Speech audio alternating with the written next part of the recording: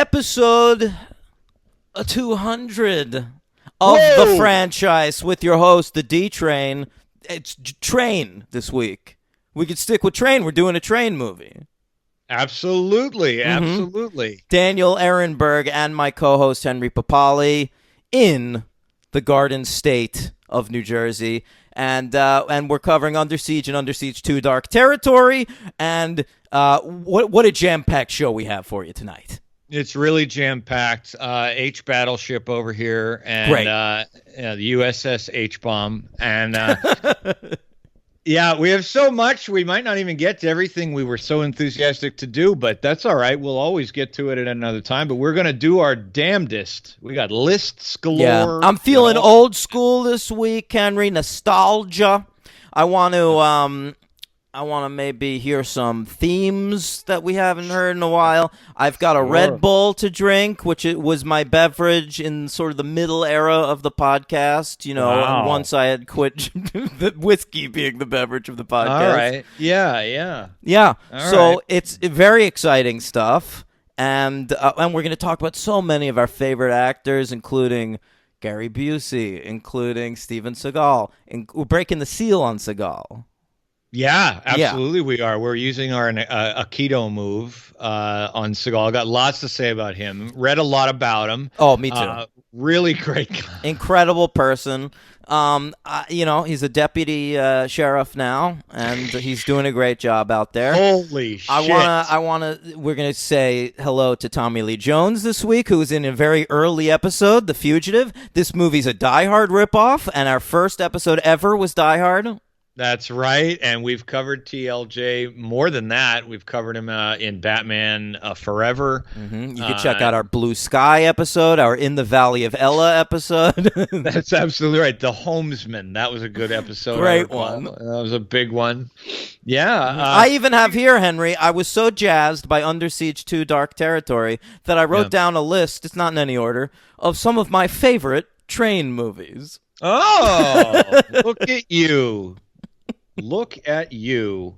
Yeah. All right. Where do you want to start? How about let's kick it off with a bang, Henry. We're finally going to unveil our best 10 movies of 2019, the most recent year that we've had, and frankly, the most recent year that has movies in it.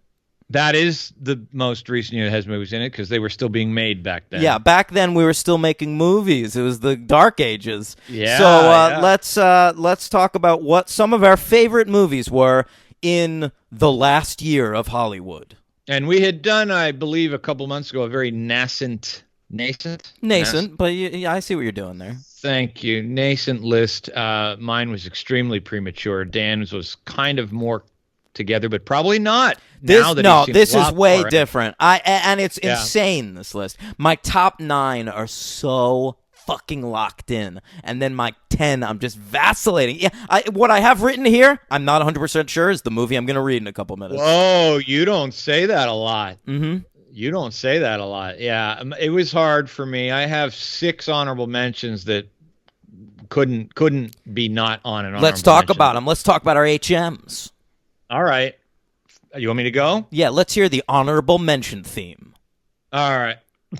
Okay, let me cue it up there. They almost made the top 10 list, but instead they got the honorables. Let's not forget them. Let's not forget the HMs. And see, we have honorable mention themes for all types of lists. That one was specifically for lists with 10 things on them. Oh, do we? Yeah. I did. Okay, so this. So you're telling me there's a lot more of those themes. Yeah, maybe if we cover some other things. Okay. All right. All right. I'm gonna clip that. All right. What are your honorable 2019 films? All right. These films contain honor. They are not amongst the 10 best movies of the year, but you cannot say that they are not honorifics. Yeah, they said actually mine could be in the top 10. It was a good year, man. Any one of these, I wouldn't have an issue. But here they go. Here they go. Here they got. Ready or Not. Yeah, not in my honorables, but a great film. Yeah, that's a surpriser. You should all check that one out. It's a great little nasty little piece of work, ready or not. Long Shot. Great. I recommended it all year. Yes, he did, and that's why I saw it. It's probably the only comedy to be found on anything I have here, and it's great. Yeah, it was. There were 3 great comedies last year. That's one of them. Okay. I mentioned this movie on our best films of the decade, and that's right. It just came out last year. It is a little independent movie called Sweetheart, and that one blew me away. So that's on your best films of the decade, but not your best films of the year. Those are not the same list, as you well know.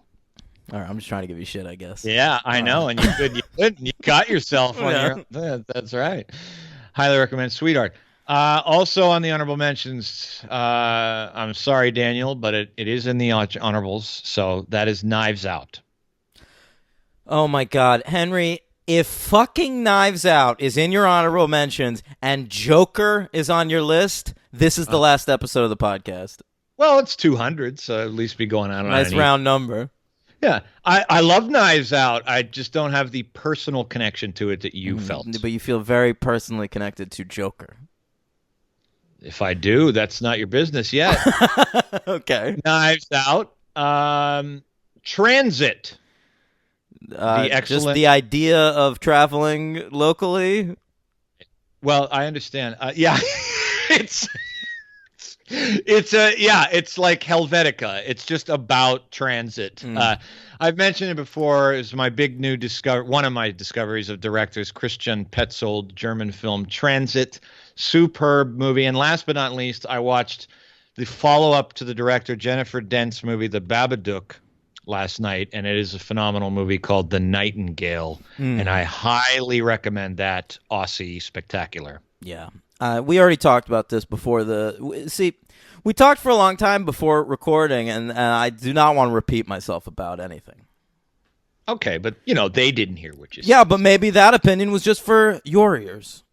Oh, all right. Yeah. Let's do your HMs. Todd Haynes' Dark Waters was very close to making the list, but not quite. Between Two Ferns, the movie, one of my favorite comedies of the year. Oh, I forgot that. Mm-hmm. I wanted that on my HMs. I'm putting it on now. Just Mercy, the Destin Denton Cretton piece, and The Dead Don't Die by Jarmusch, his vampire comedy, which I thought was very funny. And then I have to decide what my number 10 is. Look at this fucking guy. All right, we'll talk about it when we get to number 10. Let's start. Okay. Should I go first, since this is actually a good transition? I'll start with 10, and we'll take a different route. Absolutely. All right, so here's where I'm at. Here's what I have to decide, because I like these movies equally.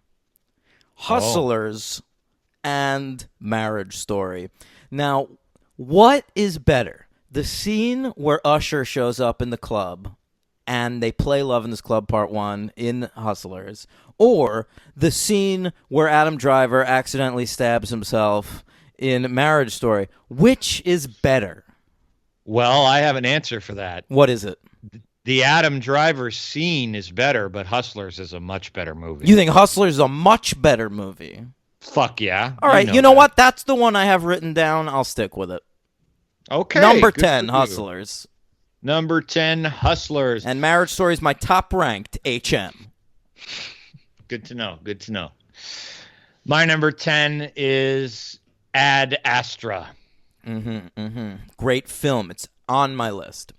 Number 9 for me is Midsommar. Oh, yeah. Very great film. It's on my list, too. Great. All right. Number 9, Ford versus Ferrari. Oh, that made the list. Okay. Yeah. That's so Henry, man. Great film. Number 8 for me. God, I just called something a Henry movie. Now I'm going to take shit for this one. Number 8, Harmony Korine, summer masterpiece, The Beach Bum. All right. Okay. I just think that is so in my wheelhouse that I shouldn't be giving you shit. Yeah, that's okay. That's all right. I didn't see it. Harmony Korine. Okay. Wow. Number 8, The Irishman. Great. Okay. Number 7 is Jordan Peele's follow-up to Get Out, Us. Okay. Number 1. Get Out's number 1 on a previous list. This feels about right at number 7. Yeah, I did not like that movie at all, as stated on other shows, but another place where we diverge. Number 7. You don't have to say the number because I'm going first now. Oh, you know I what? announced the number. I think after our last order up, I don't think you should worry about numbering and giving instructions on saying numbers, since I actually keep track of the numbers that are coming through. Listen, just because I wrote down 13 going on 30 and thought I had ranked at 13 does not mean that you have to give me shit. That's okay. I want you to lose your mind anyway. Number 7, that's right. It was an unforgettable experience, and it's a superb movie. I'm done with this podcast. And I know it's a popular opinion to have Dan's little contrarian opinion. It's not contrarian, but here we go. It's correct. That is Joker. I'm honestly demoralized. All right. I should have expected it, but I have such hope for you, Henry. I have such expectations, and I want more from you. Right. I know. Mm-hmm. I know. I understand. It's amazing. I don't know how we do it. It's like you're almost there. Maybe you got to read more, or we got to exercise that brain some. That's me. Of the two of us, I'm definitely not the intellectual one. I'm the bro. That's for sure. All right, bro. Number 6 for me is Ad Astra. Oh, nice placement. Number 6 for me is The Lighthouse. Oh, god damn, I fucking forgot The Lighthouse. You know what? I feel okay having it off the list, but it should have been mentioned in the honorables. Yeah, well, that's your Between Two Ferns, but yeah, for me. All right, Henry, I'd like to hear a theme right now. Oh, yeah, sorry. I actually had it ready, too. At one point, it was all queued up, and here it is. Heavy hitters. These are the grand slams, the slap shots, the three-pointers, the touchdowns, the curling when the puck gets close to the circle. These are the heavy hitters of the franchise. Heavy hitter. Number 5, Once Upon a Time in Hollywood. Oh, all right. I have a feeling we're going to have some similarities. Number 5 for me. This wasn't easy. These first, the bottom, the lower 4, 2 through 5. Anyway, here we go. Parasite. That's 4 or 5? Number 5. Oh, I should say the numbers, right? Number 5. Why don't you fuck off? A little reversal going on here. Getting under Diane's skin. Yeah, that's number 5, Parasite. All right, number 4 for me is The Irishman. Oh, look at that. All right, high placement. Mm-hmm. Number 4 for me is Midsommar. Wow, okay. Wow. Yeah. Long movies at number 4, baby. It's actually true. Very true. Number 3 for me is Uncut Gems. That's my number 3. Hey! That's fucking weird. Okay, number 2 for me is Knives Out. Oh, all right. Okay, then this is predictable, probably for both of us. But number 2 is, that's right, finally, one of my favorite filmmakers of all time. He has come back, ladies and gentlemen, with a movie I'm still thinking about. That's Terrence Malick, A Hidden Life. Yeah, I haven't seen that yet. There's like 3 movies that could have potentially made this list that I haven't seen yet. I would say that, Little Women, and Portrait of a Lady on Fire. Okay. Which is now on Hulu. Okay. All right. Number 1, Henry. For me, and this was tough for me. It was between the Knives Out could have been number 1, but I am going to go with Parasite. Yeah, that's original. Fuck you, man. Like, come on. For once, the Oscars got it right. It's not original, but I feel like the collective conscience was correct about that one. It was. My number 1. The monoculture. My number 1, it could have been The Hidden Life, maybe, but this one still stuck with me, and I really think this was the best movie that was put out last year, and it is Once Upon a Time in Hollywood. Right, Quentin coming up with another great one, and made my top 5, made Henry's number 1 spot. Great stuff, gang. What a list. What a bang-up way to start this anniversary show. It's a big one. It's a bicentennial, have you? Yeah, I guess so. Yeah, 200. Yeah. Like 1976. Exactly. It was 200 years we've been doing this show. Some episodes feel that way. So think about the Founding Fathers when the Founding Fathers of podcasting, Mark Maron, Ricky Gervais, and Jimmy Pardo. Yeah, don't think about us. Yeah. We're more like the next heirs to the brothers. That's what we are. The heirs to the brothers of the founding of the podcast. I got in quicker than you. I would say I'm like George H.W. Bush, and you're George W. Bush. Oh, okay. So you fought in a war and flew like 200 bombing missions. It was called Surviving Survivor. That was your war? That was my war. Listeners should take note. I was giving a rare compliment to George H.W. Bush. A Republican actually got some, well, these days, shit.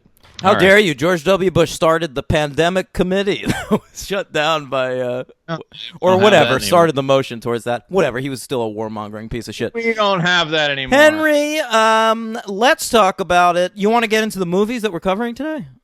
Well, we should, unless we want to. Yeah, let's get into them. And then I say, before we start the movie coverage, do the ranks. Make sense. For Seagal? Yes, sir. All right, well, why don't we jump into it right now? We're talking about Steven Seagal. Under Siege was a big movie for him, but he'd been around for a little while. He was discovered in Hollywood weirdly and put in his first ever movie. He was the star, Above the Law. It was a huge hit. Roger Ebert, in his review of Above the Law, talks about, hey, they're putting this guy on screen. He's clearly a new star, and you could kind of see why. He's got some charisma. All right. Ebert is that what he said? Ebert was a little bit on board with Steven Seagal, and but Under Siege was like the first movie he was ever in where it wasn't like the Steven Seagal kick show. Yeah, that's totally true. That's totally true. I grew up with Steven Seagal. He was a big one of my big action heroes when I was a kid. I didn't get into him until much later, Henry. So I haven't seen a lot of those early ones, like Hard to Kill, Marked for Death. I've never seen any of those. Wow. Mm-hmm. Yeah. See, by 1991. He had already been very much in my action hero. He was one of my favorites. He was in there with Arnold and Stallone and all those guys. You know where I think we diverged, Henry? I think I was more a Van Damme guy than you. I was never really into Van Damme. That's true. I wasn't really ever into martial arts. Maybe that's one of the reasons. But even though this fucking guy's I was a black belt in Taekwondo, Henry. So I forgot. I was very interested in the martial arts. I liked Mark Dacascos. And right.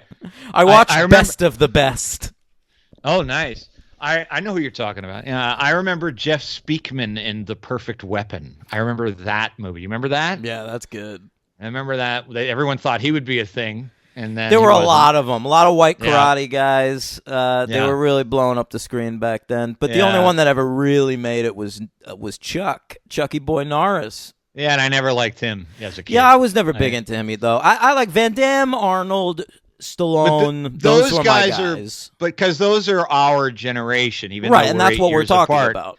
Yeah, like Chuck Norris a little earlier for me, but that's not my generation. But Seagal was right when I was. I saw that kids movie he did in theaters, Sidekicks, where he plays himself and he's mentoring Jonathan Brandis, who later killed himself. Oh right, that's right. How'd that go for Chuck? I mean, it's an alright movie. Sure, he probably made a few bucks, hung out with a kid, a little depressed kid. All right. All right, Hank. Hey, speaking of Republicans, Chuck Norris. That's right. H-Bomb, I've seen really only 6 Steven Seagal movies. I've seen 8 movies he's been in. Okay. I have seen 8 movies, but I put 2 things on here that aren't movies because they count, and I've seen them. Oh, my God. Okay, well, let's start. What's your number 8? Well, number 10. You said you have 8. I have 10 things. 10. Oh, Yeah. fucking fine. Then you start. What's your number 10? Yeah. Yeah. You just have to listen. Steven Seagal, Lawman. Oh, Number 10. the documentary, the reality show he was on where he was actually a deputy marshal or whatever. Absolutely. Of course You gotta watched count that? I saw a few episodes, yeah. I don't A remember few why. episodes. Yeah, I don't remember why. I mean, I'm pretty sure it was out of total just for fun. You know, Well, it was, probably I something guess like, it was bad since it's number 10. oh God, yes. Oh, But is God, it yes. fun to see him solve crimes? It's sad. And it's sad to see the people who see Steven Seagal come through their door and are like, "You're Steven Seagal." Yeah. Yeah, well, not that right now. Right now, I need to know why your air conditioner's causing noise. He looks You know, fucking terrible too Oh, these days. He's got man. spray on hair. He's got that. Terrible. He's like a collection of parts. He's like a fucking potato head doll. He's just this like big fat guy, and it's like I choose kimono and spray You on would- hair and Van Dyke. You would look like that too if a stuntman choked you out and you shit your pants in front of the whole crew. Did that happen to him? On what movie? I'm so happy you didn't read it and I got to tell you. On what movie did that happen? One of the early ones. It was on like Hard to Kill or one of those ones. He has this long-standing reputation over the 80s and 90s and aughts of being a fucking dick, obviously A to tyrant. women. But especially a dick to stuntmen. And so apparently he was known for just fucking hitting them when they're not supposed to be actually hitting. He would just do it. So every stuntman fucking hated this guy. And so he would taunt them with like, "You're nothing. You don't really know what you're doing. You don't really know the martial art." So he taunted one guy a little too much. And the guy said, "I could choke your ass out in 10 seconds." And Seagal says, "Yeah, bullshit, prove." And he looks at him and Seagal says, "Prove it." So the guy puts his arms around his neck and Seagal says, "Go." The guy puts his arms around his neck, starts the chokehold. In under 5 seconds, Seagal passes out, shits his pants in front of the entire crew. Everyone saw it. There were 30 witnesses. Seagal says it never happened. It's all shit, and it's awesome. It's like the Bruce Lee scene in Once Upon a Time in Hollywood. Kind of, but yeah, it made me so happy when I read that. I was so excited. Yeah, that's dynamite. Isn't that great? Yeah. And I'll go with him forever, because then Ronda Rousey weighed in on it, because when Seagal said it wasn't true, and Ronda Rousey, I guess it was her trainer who did it. Oh, that's amazing. And she said, "I know my trainer." She goes, "And if Seagal says one more bad thing about him, I'll make him shit his pants a second time." FYI, Rhonda absolutely could. Absolutely. She's a Fuck fucking yeah. beast. Henry, what's your number 9? His appearance that I remember watching live on Saturday Night Live. Yeah, I remember that too. I didn't put it on the list, but he is awful. He's unbelievable, as Dan and me both know from that great book, right? That we Oh used to yeah, there's a few anecdotes about his hosting stint. Yeah. Spade said a lot about him, and a lot of those guys. He's the worst host they ever had. I wonder if that would still hold true. That'd Well, be hard to no, believe. I mean, there's a few people they've banned. I mean, Adrian Brody, right? Protect your neck. Right. Yeah. But Brap, anyway, brap. I remember, I was like 12 or 13 when it aired, but I just fucking remember just being like, even then, loving him, being so excited and just being like, what the fuck is wrong with this guy? Yeah, he's terrible. Okay, so I guess I'll go right into number 8. Here's the worst Steven Seagal movie I've ever seen. Hit me. Under Siege 2, Dark Territory. All right, well, we're going to diverge because I watched it for the first time yesterday, and I don't mind saying I loved it. Yeah, well, I didn't hate it. I saw it in theaters. Yeah. Did I saw you? I saw both these in theaters. Good for you, Yeah. man. I don't know why. It's totally understandable why I saw the first one. I'm not quite sure why I saw the second one. Because But the first I know one was I did. great. Right. No, but I mean, I was also younger. I don't know why as a 17-year-old I would have seen Under Siege 2 Dark Territory. Because you saw the first one as a 14-year-old and thought it was great. I was a little more discerning at that point. I mean, I was just watching Living don't believe you. Oblivion today. I was just watching Living in Oblivion today, having wonderful memories of seeing that when I was 17. Where'd you in the find theater. that? Where's it streaming? It's on this channel I didn't know I had called Screen Picks, not Stream Picks. Wow, Screen And Picks. I watched my favorite scene. It was amazing. Just the scene where he explodes at everybody and fucking tells everybody off. I was the pissing end. myself. No, it's at the beginning. Oh, It's the in the very, very beginning. Yeah. Okay, great. Right. My number 8, he was in My Giant. No, wow. I saw that in the list there. I didn't see it. Okay. Yeah. Number 7, I didn't think much of this movie. You know, and if I may say, Please. if we're talking about movies about white guys befriending a really tall guy, Yeah. and teaching them how to play sports, Sure. certainly, My Giant is not as good as The Air Up There with Kevin Bacon. Oh, all right. Good to know. Mhm. Good to know. That's important. I That's get a it. great white savior film, Henry. What's your number 7? Number 7, as I was saying, I did not understand all the great hype about. I mean, I understood the hype. It ain't that good, and apparently he's in it. I don't fucking remember. Machete. Oh yeah, I didn't see it. Number 7, he's in that Bruce Valanche documentary. Get Bruce. He is. Everyone's in it. Oh, I didn't count that. I didn't fucking see that or remember it. I mean, I did see the movie. I don't remember. Okay, fair enough. Number 6, I don't remember this being absolutely dreadful, but it's probably borderline dreadful. That's the Kurt Russell Vehicle, Executive Decision. Yeah, that movie's it's okay. It's too long. It's like that movie's like over 2 hours. I just remember he died very soon into the movie. It's way more a Kurt Russell movie. Right. Yeah. My number 6 is an incredible film in which Steven Seagal goes and investigates a mystery in Appalachia, and it's called Fire Down Below. And, okay, this was like top Seagal fame. This is like 97, and they're letting him get away with. It's like the last movie that he did. I was that just gonna big. say, but I like- mean, like in terms of like getting shit made, Okay. and on sure, the screen, he's sure. still a movie Yeah. star. He is getting really fat in this one. His head is gigantic. His ponytail is down to his fucking feet.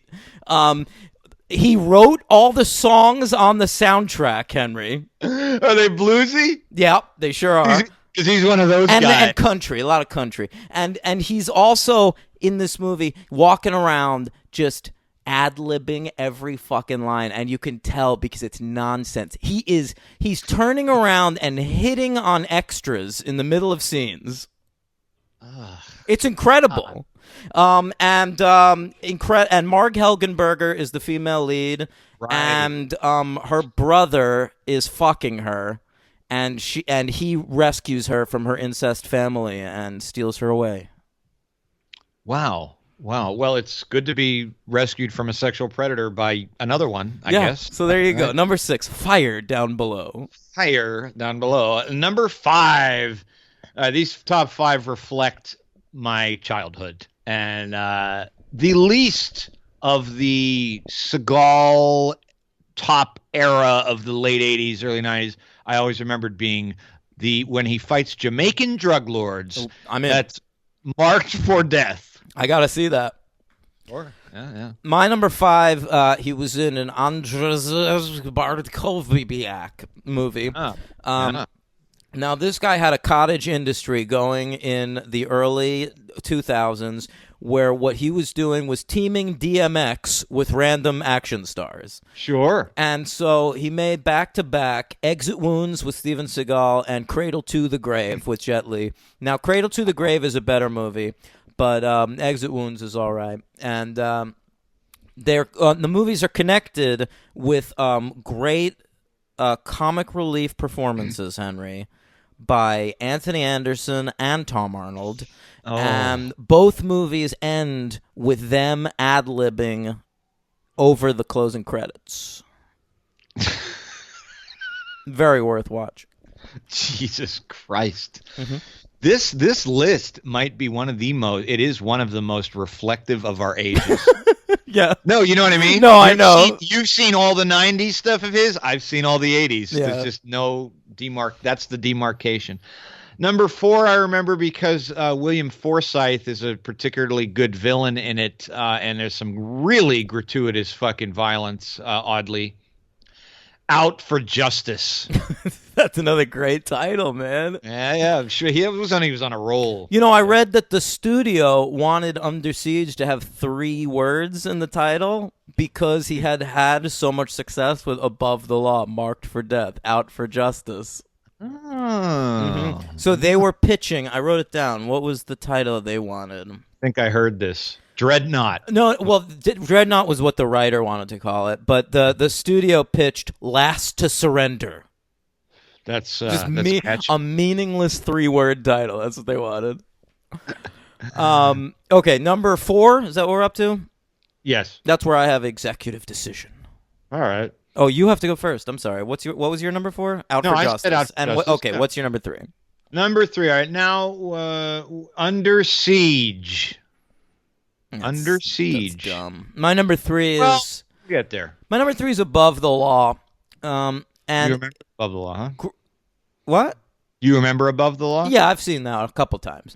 That's a fun action movie, but my problem with it is always that he's a vigilante. It's like, you know how you watch vigilante movies? You need the vigilante to have the moral high ground. And that Steven Seagal character in Above the Law is like every bit as bad as everybody he's fighting. Sure. Yeah. Sure. I So- feel like that might be the barometer for a lot of the. Yeah, Above the Law. That was a big one when I was a kid. I remember being real into that. That's some Sharon Stone action in that too. If I recall correctly. She does pop up. I assume that she knows the taste of Steven Seagal. And There's no way that didn't happen. yeah, of course. I mean, there's just no way. You know, after I read what I was reading about him, which I did unfortunately before I watched Under Siege, that's all I could think about. I was like, Erika Leniak, you poor thing. Oh, yeah.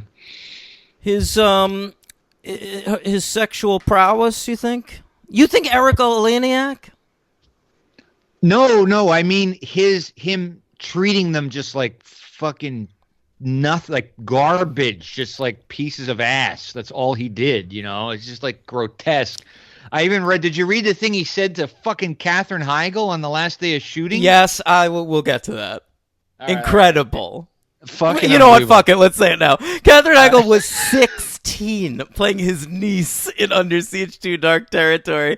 And apparently he goes up to her on the last day of shooting. He says, Katie, I got girlfriends younger than your age. I've got girlfriends your age, he says. Let's give him credit.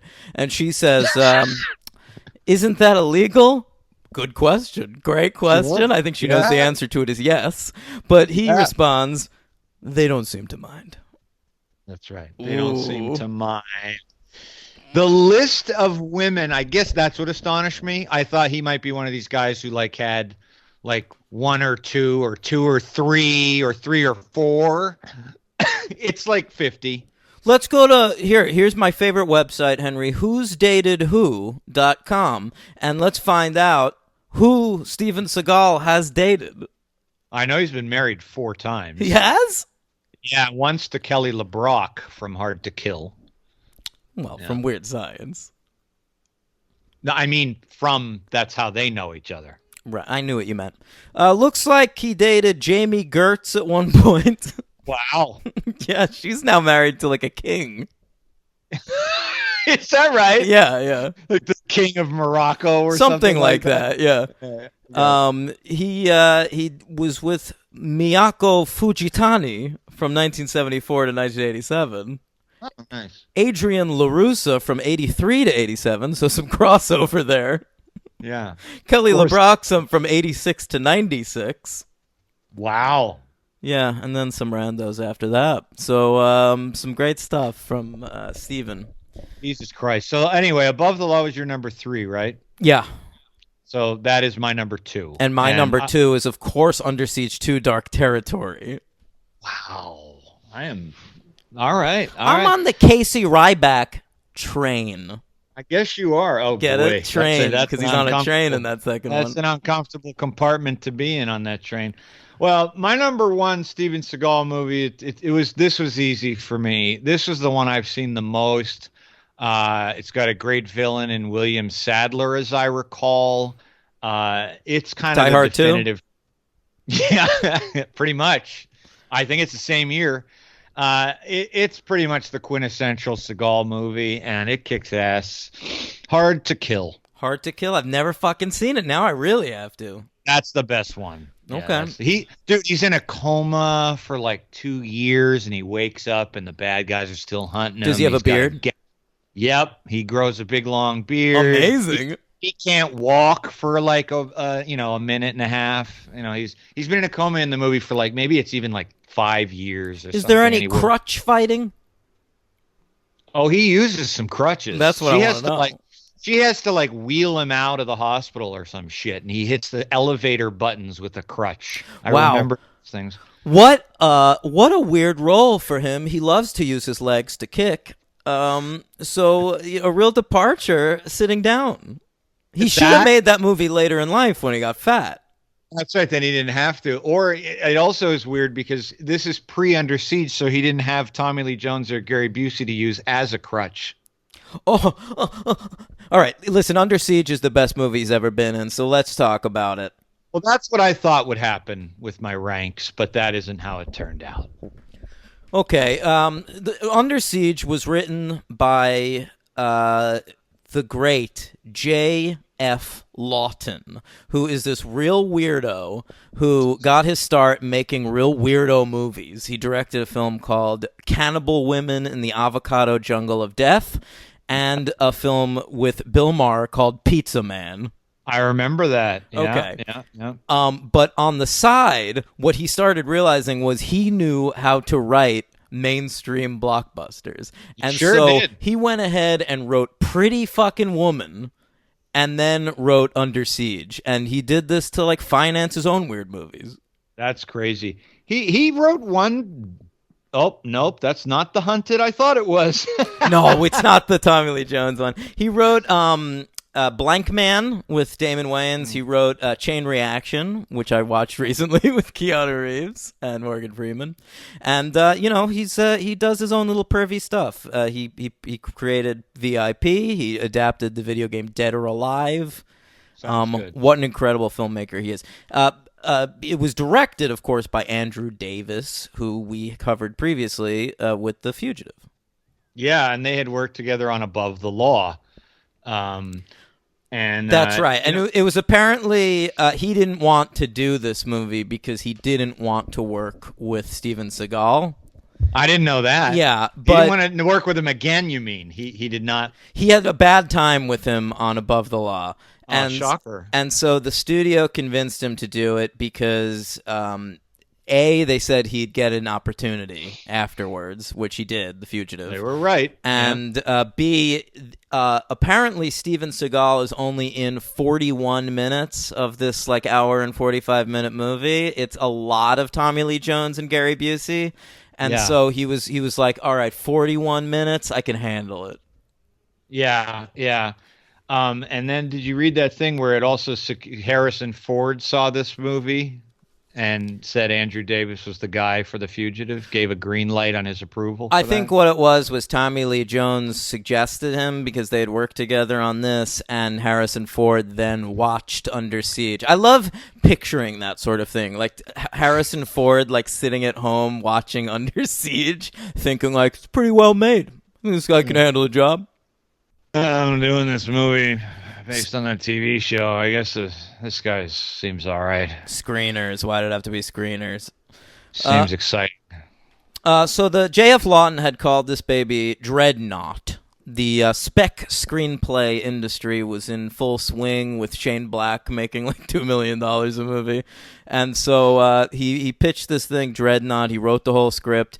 Apparently it was a real big budget kind of a script. Like the movie he wanted to make would have cost over $100 million. So they had him like rewrite it to try and make it more manageable, which he did. And they hired Davis. It was released October 9th, 1992. Yeah. On a budget of $35 million, and it went on to make $156.6 million. It was a huge hit, came at number 13 at the box office in 1992, and Wow. right there, it made a little bit less than The Hand That Rocks the Cradle. Nice. Saw that in the theater Can you too. believe that was that big a hit?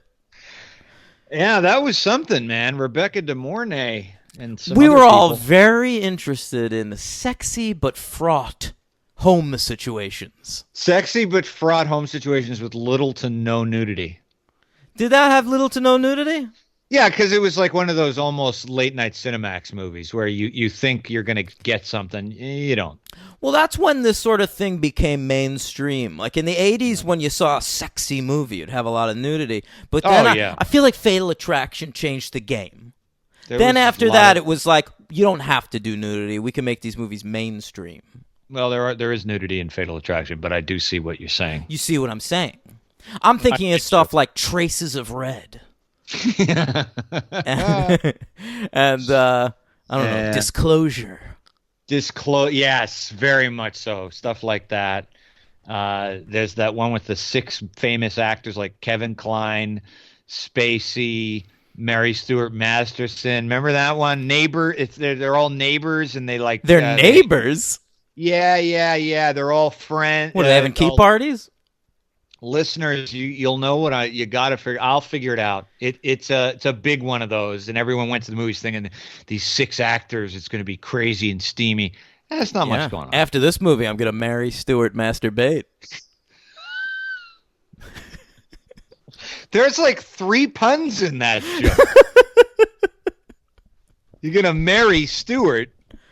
You're going to masturbate. That's right. Henry, this movie also made slightly more money than Patriot Games, which was the franchise movie. Patriot Games a far superior film. I disagree. Nominated for a couple of Oscars. Yes, it certainly was, and here we go. Not too long. We might get a little ad, everybody. I hope we do. They're paying. I gave a little bit. Ooh. I'll give a little bit of my love to you. Who do you think that was doing that cover? Like Matchbox 20?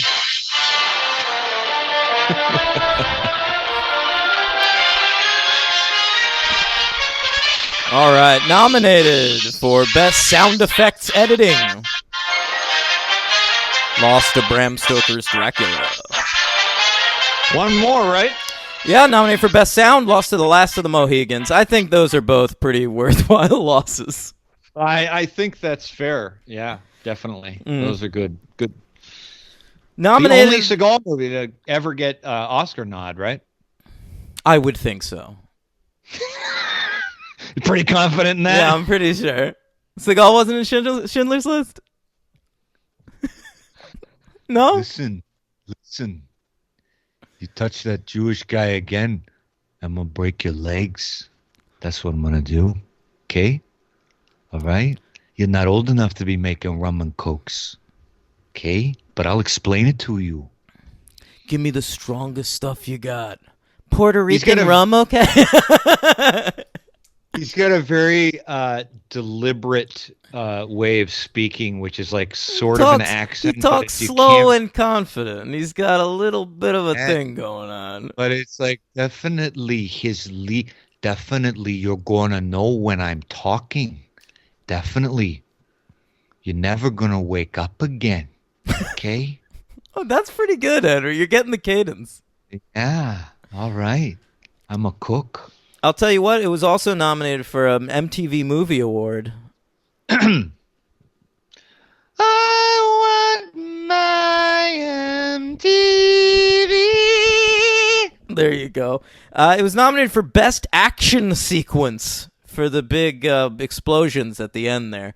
And it lost to a film we've covered, Henry. That's right. We're talking about Mel Gibson's motorcycle crash in Lethal Weapon 3. I have no memory of that. Literally, Lethal Weapon 3 was the one I hated the most. And the only thing I remember from it is that weird Jaws Scar conversation between Mel Gibson and Me Rene too. Russo. That's all I remembered when I saw it the first time. That's all I remembered 20 years later when we did it. Yeah, I don't remember fucking motorcycle. Is that the one where Joe Pesci is fixing Danny Glover's bathroom, or is that the fourth No. one? The fixing is the second one is Don't one you with the remember- famous bathroom scene. But No. But what I'm saying is there's Yeah. in a later one, don't you remember? I think it's the third one. Joe Pesci is like working as Danny Glover's realtor. Because then in the fourth one, he's like a private eye or something. Yeah. Oh God, What a great series. franchise. What a franchise! What a Went great franchise went that from was. 100% within 2 movies to just skyrocketed down. Just no leeway. Skyrocketed down. That's right. That's right. They cut the cord on that elevator and it skyrocketed down. Great stuff. Afternoon delight. All right, let's talk about it. Under Siege, Henry. It was so right off the bat, you see Warner Brothers logo, and I want to talk about this right now. I've been watching a lot of movies lately. Warner Brothers. Do you remember? You remember the AOL Time Warner merger that was such a disaster? Yeah, I do actually. Yeah. So like, I guess they digitized their whole catalog when they were still under that merger. Okay. Because what I have found is like no matter what fucking Warner Brothers movie you put on, under the Warner Brothers logo it says an AOL company. You are right. I didn't notice that, but when I think about it, yeah, weird. Yeah, guys, go back and change it. Take it off. Makes you look janky as fuck, bro. Yeah, they should really they'd be better off going back to like the old Kubrick when it would be like the big red screen with I love Warner that Brothers. shit. That's just So great. striking. That's very striking. Yeah.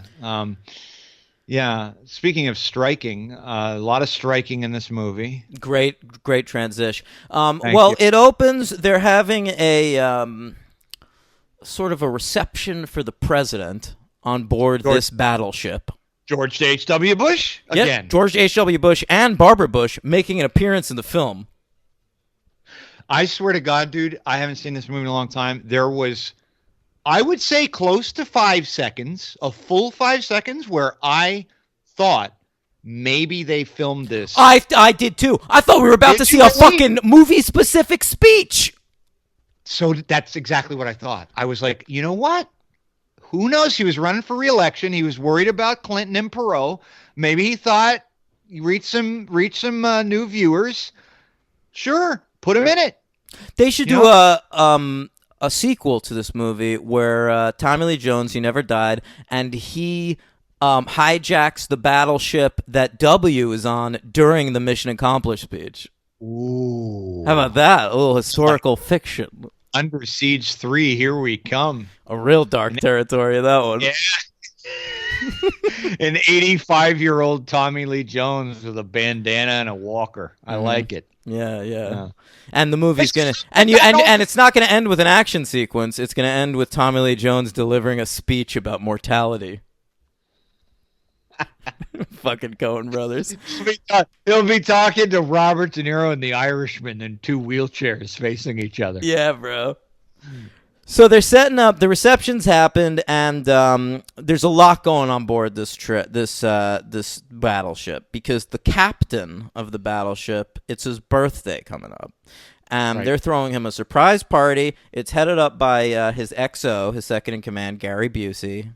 Right. Who is wonderful in this movie. I always seem to forget that Gary Busey's actually a good actor. Oh, yeah. Like he's such a fucking maniac, and he can Right.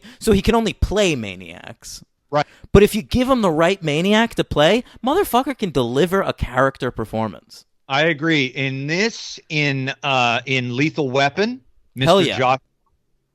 Josh, he's great. He's great as a good guy in Point Break, as I recall. I mean, he can act. He's a good actor. He just, he something we all know what happened, we think. And but no, he actually, spoiler alert, he is my MVP. He's my In MVP. Oh, is he? Yeah. Yeah. I was a little disappointed with Tommy Lee Jones. I was not disappointed at all. I think he's excellent. Well, here's why. Since we're already beginning it, I mean, we'll talk through the plot. Essentially, it's a hijacking movie. Seagal is the cook who is on board only. We find out because the captain likes him to finish out his 20 years. He was thrown out. He was a Navy SEAL. He was like a real hero SEAL. Right? But what did he do wrong that got him like fucked over? Oh, he was like part of this mission where like his whole crew died. And it was like not his fault at all, but like he sort of took the hit for it. And clearly I believe it's implied there was some insubordination going on, which led to his outright dismissal, and this captain saved him. Well, listen, this guy does what's right. And if the US government is not willing to play by the book, then neither is Casey Ryback. That's fucking A right. And he knows how to make... I know how to make a gumbo, okay? Yeah. He knows how to make a lot of stuff. I noticed one scene where they're in the kitchen, and I noticed a menu behind them. Oh. Yeah. A menu? There's a menu. So like... just make one dick. Yeah, they made it seem like because the captain's like, cook a stew. The guys like stew. Right. Which I was like, really? Like the whole crew of this battleship is like, please give me stew? But regardless, he's got this menu up there, and it's got 20 options on it. Okay, Jesus. 20 options. And here's the interesting thing, Henry: they are all named after him. Really? You saw this? Yes. This is in his kitchen. They're in his kitchen. I thought I wrote it down, but maybe I didn't. But I noticed it. Oh, here it is. 20 dinner options, all including his name, either Casey or Ryback. So it's like chicken a la Ryback. Or the one I noticed was Kung Pao Casey.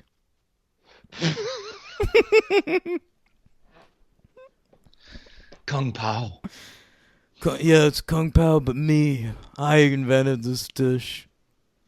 I can't tell you what the Kung Pao is. Otherwise, I wouldn't have the Pao. Great stuff. Do you know how he does that with his head? He does that like little shaking head. Yeah, but they can't see that. I know, but you're doing can. a visual impression right now. Listen, I have a Kung Pao chicken, but you ain't gonna know what's in it. A little bit of LeBrock is in that. This is a Casey burger. It's a meat. And it's between two pieces of bread, and you put ketchup on it. Casey, isn't that just a hamburger? What?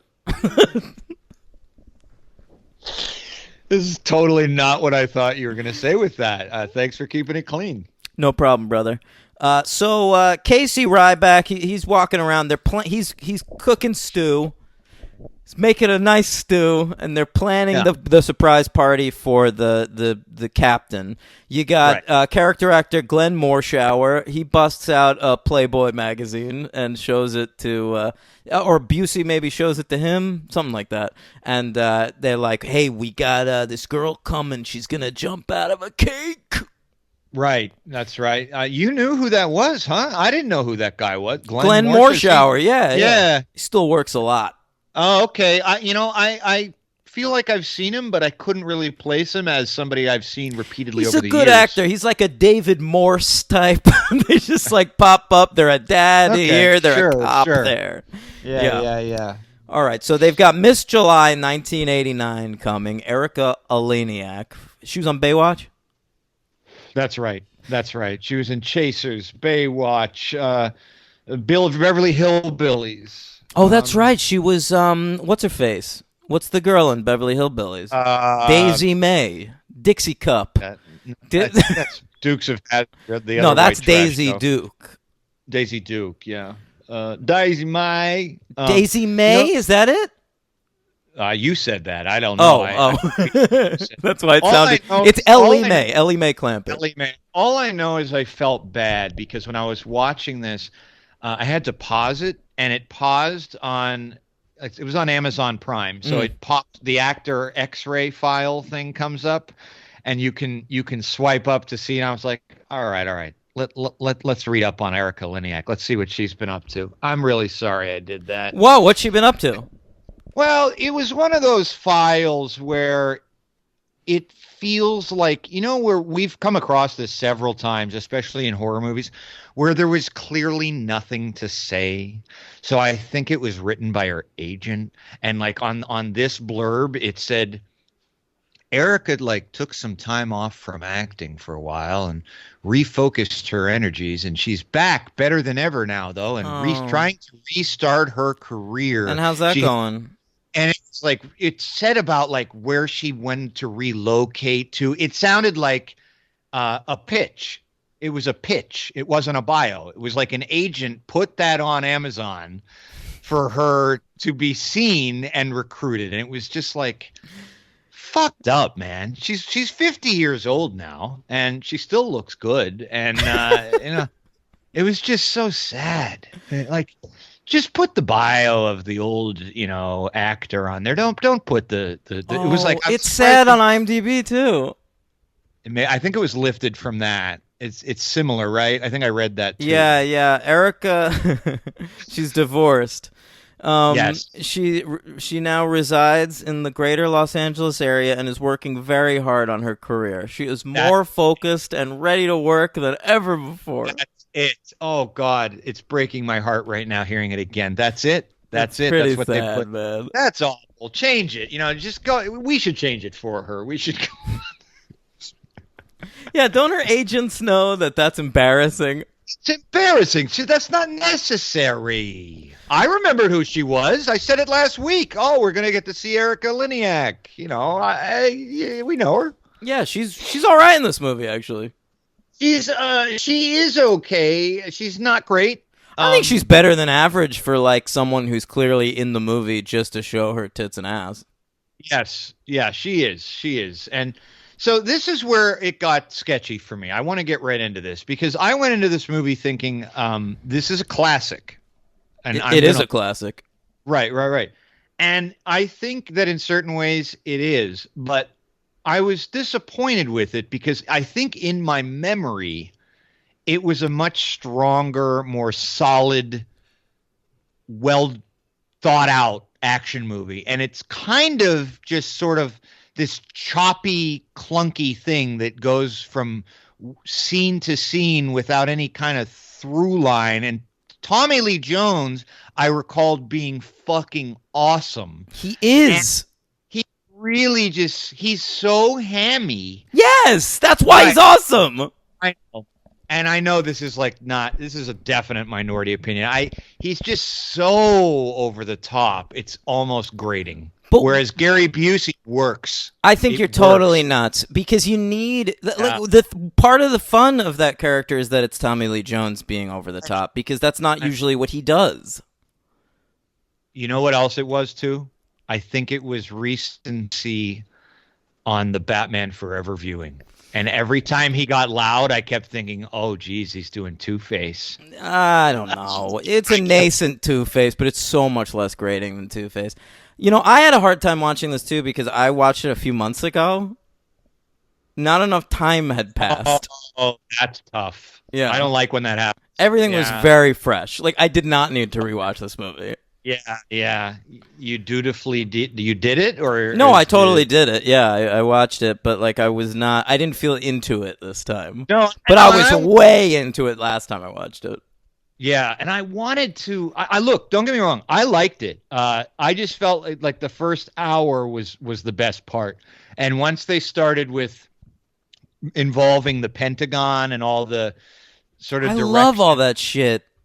Yeah, I normally it's very Roland Emmerich-y. They've got these like shady government guys in power, and it turns out that Tommy Lee Jones was like part of this like wet works crew that the government was employing to like, and it's like one of the politicians is like, what were they doing for the government? And he goes, they were experts at hijacking battleships, and it's like, oh no.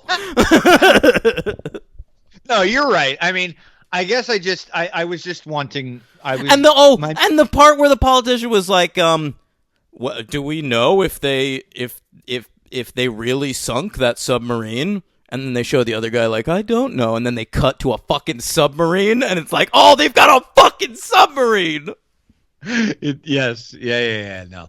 Look, I liked the movie. I liked it. I'm giving it a good rating too. I just it was not as great as I remembered it. I was really I was expecting a little more. I feel like when I was younger, some of the shit that wouldn't have bothered me was kind of just bothering me now, but it was, minor things, and overall it's Well, I hope it's I'm not fun. as joyless as you are in 20 years when I'm as old as you.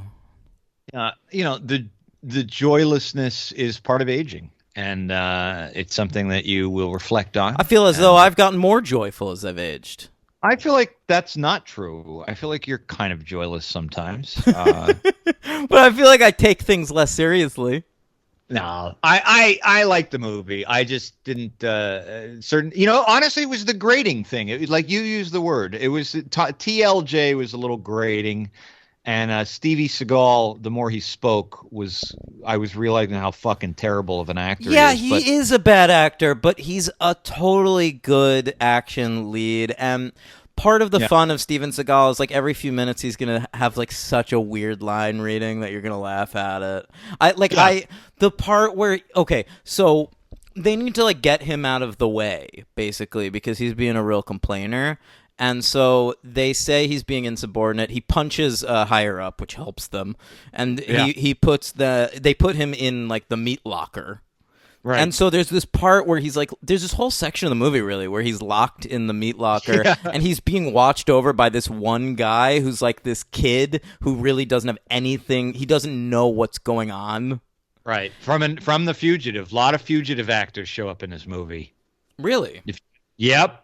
That kid is fucking Noah from The Fugitive, and he's in the U.S. Marshals too. He gets killed. You know, he likes to use actors. I just watched that movie Chain Reaction, and at the end of that movie, this fucking random cop shows up and gets shot like immediately, and it's the same fucking cop on the subway in The Fugitive.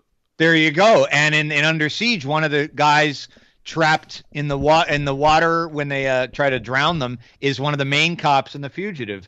And the big black guy who's Tommy Lee Jones's main henchman, that's the other fugitive in What The Fugitive. big black That's guy? away. It's Tommy Lee Jones's main henchman, the guy who's like walking around with the machine gun all the time, and who like Oh, He in this movie, yeah. yeah. I guess I don't really know who you're talking about. Yeah. He's the other fugitive with Richard Kimball that gets away, and TLJ kills him. He shoots him in the fucking head. He's the red herring in The Fugitive that you think they're going to catch Richard Kimball, and they catch him. The red herring in this movie is Glenn Morshower because he has red hair. How'd you like seeing Gary Busey in drag? That was Holy fuck, dude. Incredible. They start the big party. Tommy Lee Jones is fucking banned. Because that's the guys that they come to the ship, is they're pretending to be a band and they're like playing the party. What'd you think of it? Because it's the most generic fucking worst white man's blues music. Yeah, they're playing blues. It's real blues hammer stuff. And yeah. and Tommy Lee Jones just fucking wailing on the harmonica like he's fucking John Popper. It was amazing. He's better than John Popper. John Popper's fine. I'm not a fan. Oh, have you know that I've seen Blues Traveler live? And John Popper can really play that harmonica. He can really play that. What do they call it? What's a fun word for harmonica? The harp. Thank you. I'll play you like a harp from hell. Oh, what is that? It's a film we've covered. I know that. Batman Returns. It's Batman Returns. Okay. Oh. The best Batman movie. So, Gary Busey comes out, and it's like, oh, look who's coming out. It's Miss July, 1989.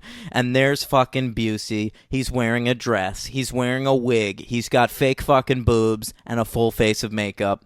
And it is just incredible. He pulls up his dress and flashes his panties at one point, which I was loving.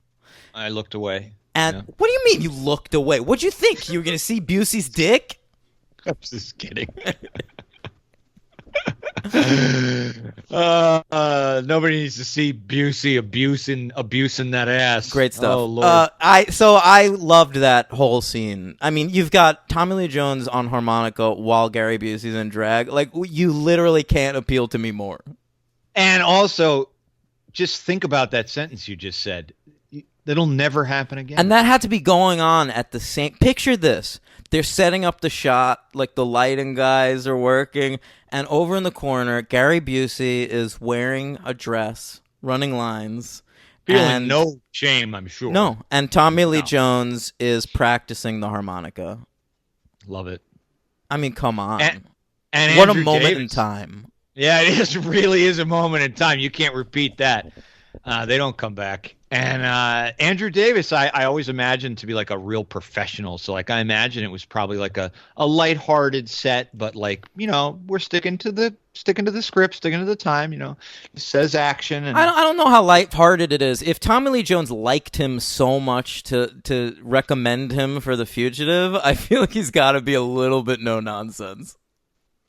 Well, no, I think so, but I just mean like I bet he gives. I mean, you have Busey running around with two balloons for tits. I imagine that Davis has to be a little bit gleeful. You don't think so? You think he's joyless? I mean, look, I guess you can't be totally joyless if this is the type of movie you're making. No, but you're right, because Tommy Lee Jones, too, on the other hand, doesn't exactly have a reputation Yeah, for being I just a feel prankster. like if you really appeal to Tommy Lee Jones, Yeah. you've got to be a little self-serious. You got to be watching every This Outhouse motherfucker Farm. lived with Al Gore.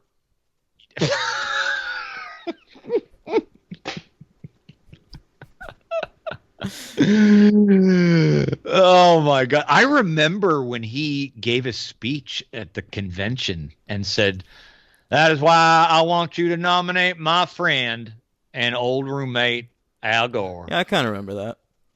Yeah. Sure. Big moment. Really appealing to the kids, getting the kids vote with Tommy Lee Jones. Hey, that was the same year as Space Cowboys. Oh yeah, the kids loved Space Cowboys. Oh yeah.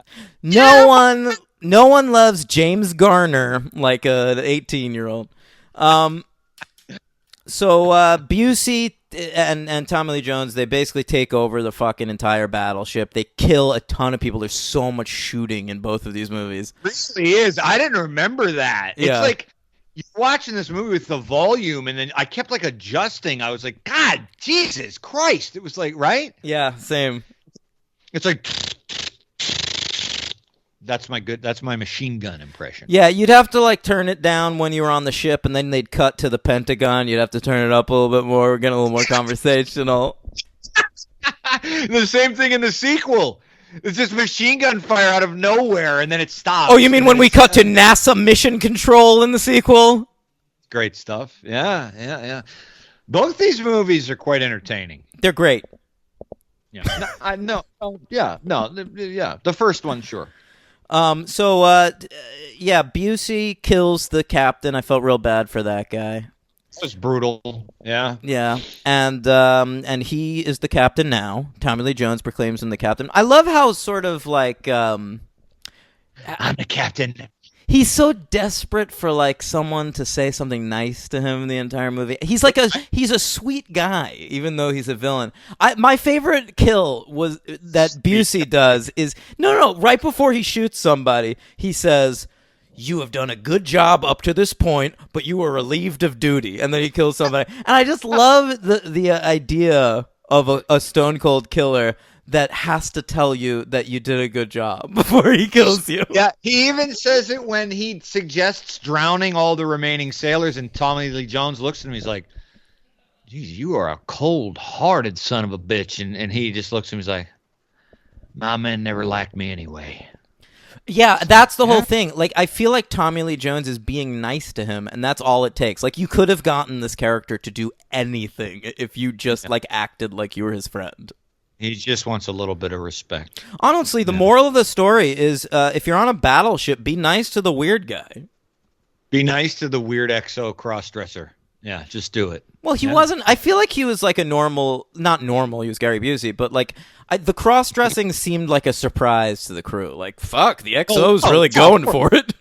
Yeah, I'm not saying I thought that Commander Krill was walking around at night in a fucking dress. By the way, great name. Krill is a good villain name. Krill. Yeah. Just It sounds like great. who are the Avengers fighting in the next movie? Well, there's a Krill Right. invasion.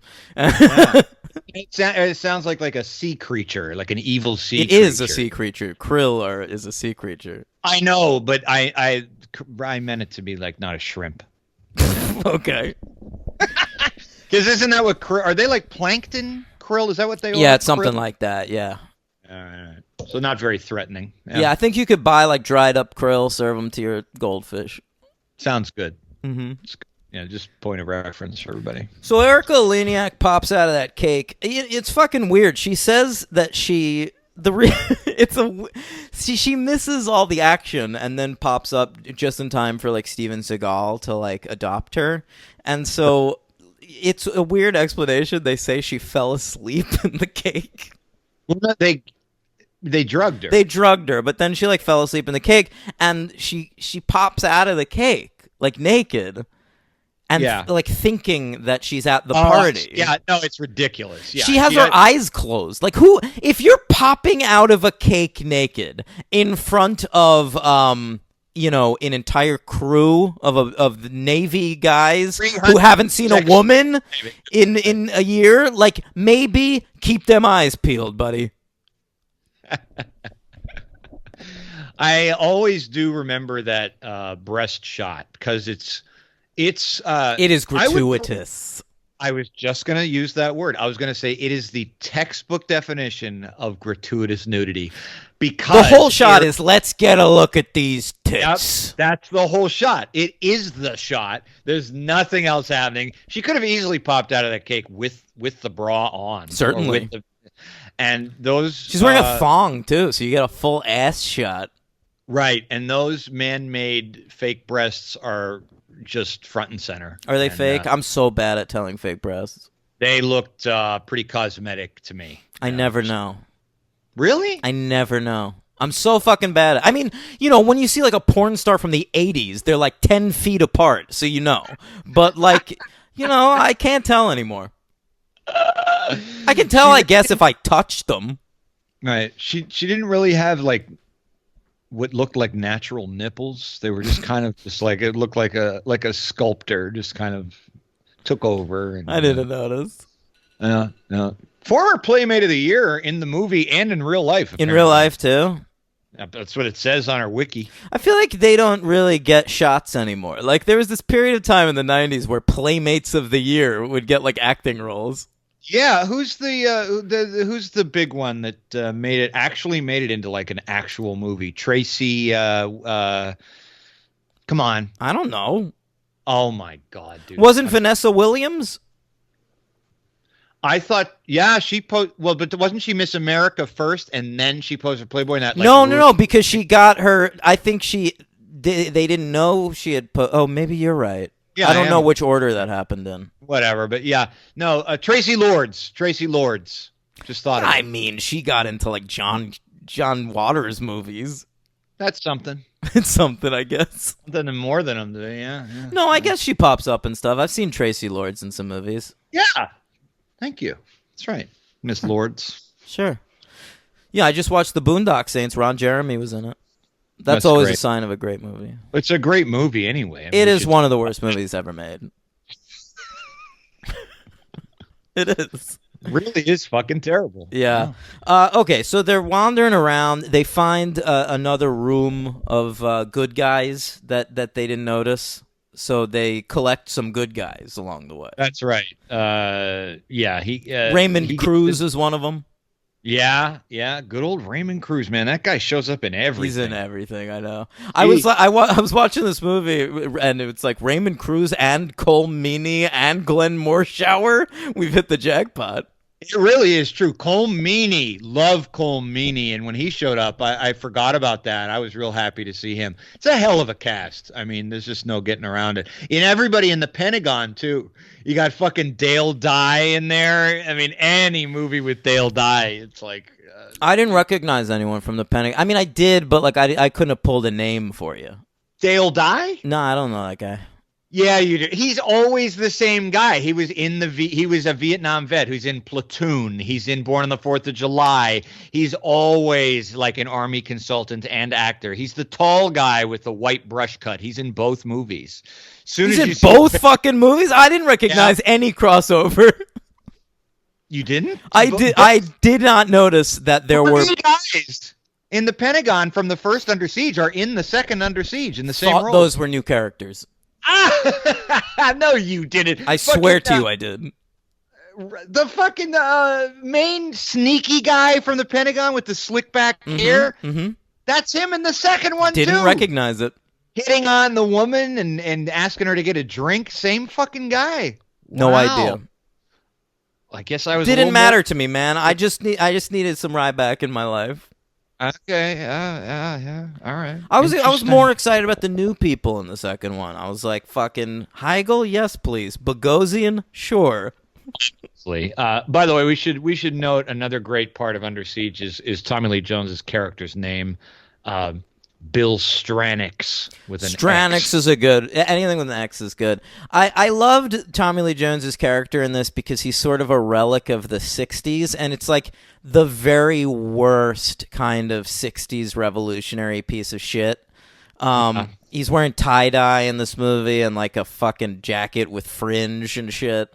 See, that's a question I had for you. I'm glad you brought that up. I wanted to ask your opinion because my original take on this movie was that was all an authentic part of who that character was. Like, he actually is what you're saying. When I watched it this time, I was kind of feeling like that was like part of his shtick as Stranix. Like, that's not really, that was just something I think that's who he is. No, that's absolutely who he is because he's the same way in front of like his crew and Busey and shit.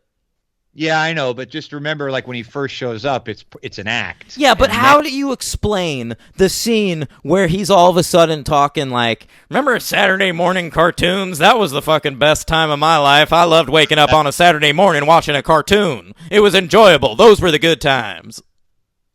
He is so fucking flailing away in that sequence. Yeah. Oh, my God. That explosion hits. I felt like what, they get fucking Tarantino to write this?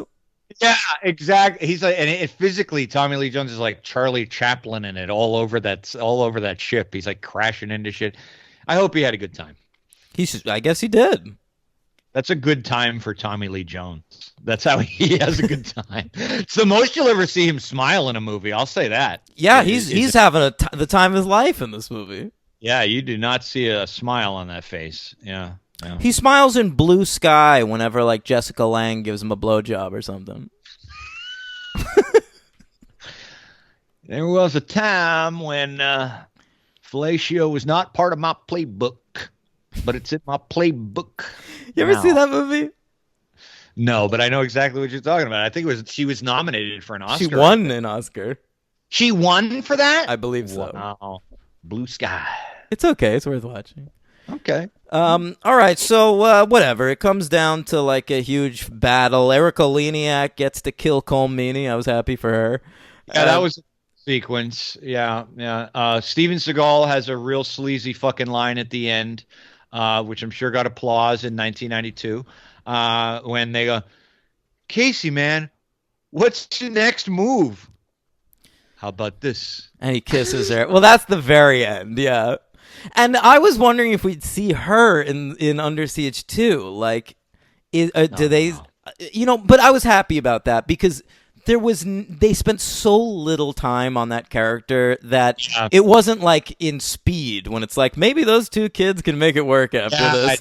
It really was just like Casey Ryback is gonna have a good time tonight. Yeah, and that's the thing. So, like, I'm glad you brought up Speed. So, where do you put this in relation to a movie like Speed? Like, it's not as good as Speed. Look, if you're talking about like Die Hard ripoffs, really. Yeah, pretty much. Yeah. You know, Die Hard deserves a lot of credit because it's the only other movie I can think of other than Groundhog Day that like created its own genre. Yeah, you're right. Mm-hmm. You're right about that. And wasn't this sort of I could be wrong, but isn't this sort of the first one to be called, Die Hard on a something, Die Hard on something? I think it was certainly like the big one. Yeah, I mean, I don't remember that term being used until then. But yeah, I think Speed is just a much higher caliber of film. No. But I think this is like the second best Die Hard ripoff. Which sounds sure. like I'm damning it with faint praise, but there were so many of them. No. They're still happening. They still go on all the time. Yeah. And, Which other that's ones did you like? Can you what Die Hard ripoffs were you into? Oh man. Because the first two that come to my mind are Speed for sure and Passenger 57 with Wesley Snipes. I like that movie a lot. Okay, yeah, Passenger 57. That's Die Hard on a plane. That was decent. I mean, Air Force One is also Die Hard on a plane, and that's pretty good. I mean, the thing is that's the thing. You could really stretch that. I mean, all the way. I mean, as long as it's somebody trapped somewhere, you can't get out. But it has to be during like a terrorist. It's always during like a hijacking or like a hostage situation. Yeah. I don't know. You really put me on the spot there, and I'm failing miserably. You are. I don't know. Yeah. Thank you so much for doing that. Yeah, but the funny part is that Speed is a better movie, but a lesser director. Right? I mean, John DeBont. No, for sure. Andrew Davis is better than Jan DeBont. But, I mean, I just think the script they had to work with and the actors. Another thing is in Speed, like, the Sandra Bullock character is so good that once they made a sequel, it was an option to make the sequel with the Sandra Bullock character. Could you imagine if they put out a theatrically released Under Siege 2 with no Steven Seagal and Erica Eleniak starring? You couldn't do it. Right. That'd be great. And the other thing is Speed works as well because you can cut away the action from Keanu for long periods of time and focus on Bullock, and you're not missing him. You're fine. But like in this, you can't really. This is a weird movie too, where it's almost like Tommy Lee Jones and Gary Busey have more to do than Steven Seagal. Stars. And they're the stars. Yeah, it's interesting. But like Speed had that too. I would watch a version of Speed where the focus was on Dennis Hopper. Absolutely. No, the villains in this movie, despite my reservations about Hammy Tommy, are better. I mean, they're better because they're dealing with Seagal, and he's usually paired with villains in movies that just aren't up to par. But in this case, you got Gary fucking Busey, and so. Yeah, I mean, so usually he's dealing with like someone, Mark Helgenberg's brother fucking her. Isn't one of his villains in one of the ones of your era, Seagal, Michael Caine? Isn't he in On Deadly Ground or something? I've never like that, seen or On Deadly Ground. I think it's Michael Caine in that fucking movie, dude. Well, that movie was directed by Steven Seagal. Yeah, I'm pretty sure it is. Yeah, that sounds right. Michael Caine. I'd like to work with Steven Seagal. I was filming Jaws 4 and I missed my Oscar. So in between takes, we watched a new movie called Above the Law. He locked in right away. He saw Above the Law and he was like, someday I will work with this man. I was only 64 years old. That's Michael Caine crying in The Dark Knight Rises. Thank you. Great stuff. All right, so what happens? TLJ's going nuts. They're shooting torpedoes. Fucking, he starts, air guitaring to the Jimi Hendrix Star Spangled Banner at one point. He literally says "Happy Trails," which I thought was kind of amazing. I love that. I couldn't believe that. Yeah. I feel like that was an ad lib. I don't Probably know. an ad lib. I do remember it's a good usage of the song "Voodoo Child" in this movie. That's towards the beginning. That was used well. It's towards the beginning. It was right around the time when shit started getting out of control, I guess, where the movie started to lose me a little bit. Oh, but the end is fun. There's that great knife fight between Seagal and Tommy Lee Jones. Hand-to-hand combat, and that's what Seagal does. But just to give you an example, I didn't even know that Gary Busey's character had died. He is dispatched so unceremoniously that you don't see him die. They just blow up the sub that he's on. Yeah. And so after he kills Tommy Lee Jones, I 100% authentic right now. I was waiting for the scene where Gary Busey showed up and then they squared off. And then I was like, Is he fucking dead? They could have at least cut to him on the sub, reacting to him. You know what it should have been? The torpedo hits the sub, then they cut to Gary Busey, and you hear explosions happening, and then it's him going, "Oh shucks," and then it explodes. 100%. Yeah, a reaction shot of just, "Oh shucks." Yeah, that would have done it.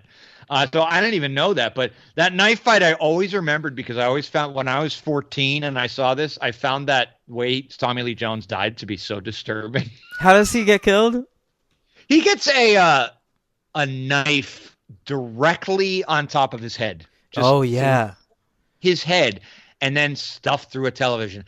And it's like that one female samurai in the Lone Wolf and Cub series whose only move was jumping up and getting you in the head. Right, and I just remember there's certain things when I was a kid would get me, and I don't know why, but I remember that kill, and I was like, oh, God, it's like the worst way to go in the history of anything. Oh, my God. Now it's like, oh. There's something that got me in Under Siege 2. Oh, a kill that got you? Sort of. Okay, we'll get there. We'll get there. I want to hear. Yeah. Well, what do you give Under Siege, the first one? I'm giving it 3. I'm going to give it a 4. Oh, I thought you might go 5. No, it's not a 5. Die Hard's a fucking 5. This is a 4. Right. I thought I was going to go 4 going into it. I even thought 5, but I had to go 3. But it was still a good time. All right, MVP Gary Busey. Yes. All right, who's your LVP? All right, so I hate to do this. I really don't like doing this, but I'm going to save my special one for the second movie. Great. So the LVP, it is going to go to Erica Leniak. Oh, I think that's not nice. It isn't nice. And there's so many random guys, so many fucking white guys on this ship. Well, you want to know? I have an alternate. I had a slash mark next to her name with another person's name written, and I can tell you who it is. Slash mark next to it. Who is it? It's Steven Seagal. All right. I'm going to go with my LVP is going to be George H.W. Bush. Oh, fuck you. You know because he's a piece of shit, and, he could have given a speech. He sired George W. Bush. That's right. Okay, you know what? You've saddlebacked me before. I'm going to saddleback you. I don't want to pick on Erica Leniak. She doesn't deserve it. It's already recorded. Listen, it's on record. It's in the books. No. I want to pick Bush too. Okay. I'm going for that Bush, not the Bush that I'd originally picked. Picking? Yeah. I don't think there's much Bush there anyway. Seemed pretty clean. We've given it to politicians who appeared in movies before. Yeah, anyway, well, I think we gave it to Trump in Home Alone 2. Yeah, we did. So I'm going to give it to George H.W. Bush as well. Erica, you're fine. Great job, kid. I do have a superhero count. I'd love to hear it. I know you would. And it's coming up. By the way, everybody, if you're just tuning in, it's our 200th episode, and we're getting a lot of theme songs going here. They know. And, they didn't take a break in the middle of recording. That's right. I forgot. Here you go.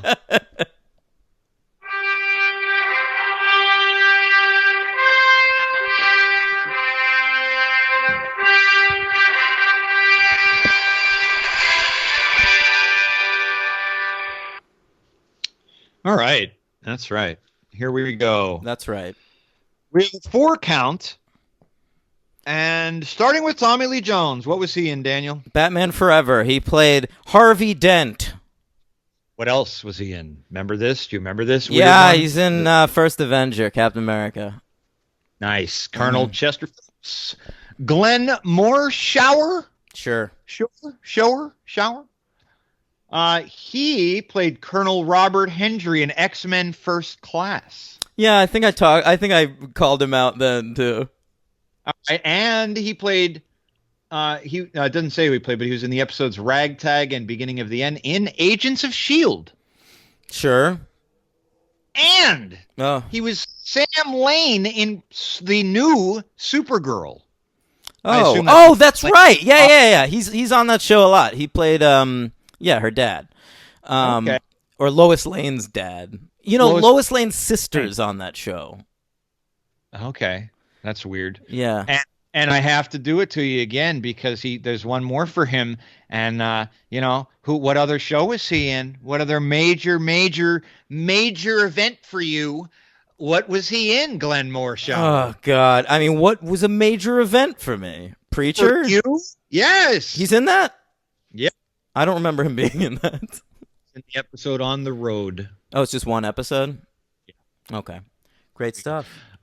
George Chung, who played if you recognize the Chinese man, do you remember the Chinese man who's sort of the assistant to that computer guy with glasses in the ship who keeps cutting in the codes? Do you remember this guy? Sure. Can't remember it at all. Well, that guy, I'm sorry to hear. He played Dr. Pai, Pai, in Spider-Man: The Dragon's Challenge. What the fuck Remember is that? It's a 1979 TV movie. Oh, I know what it is. Yeah, it's from that live action TV show, whatever. Figured. I've probably seen it. I'm sure you have. He was also played a guest at a party in Batman Forever. Great stuff. Maybe he's friends with TLJ.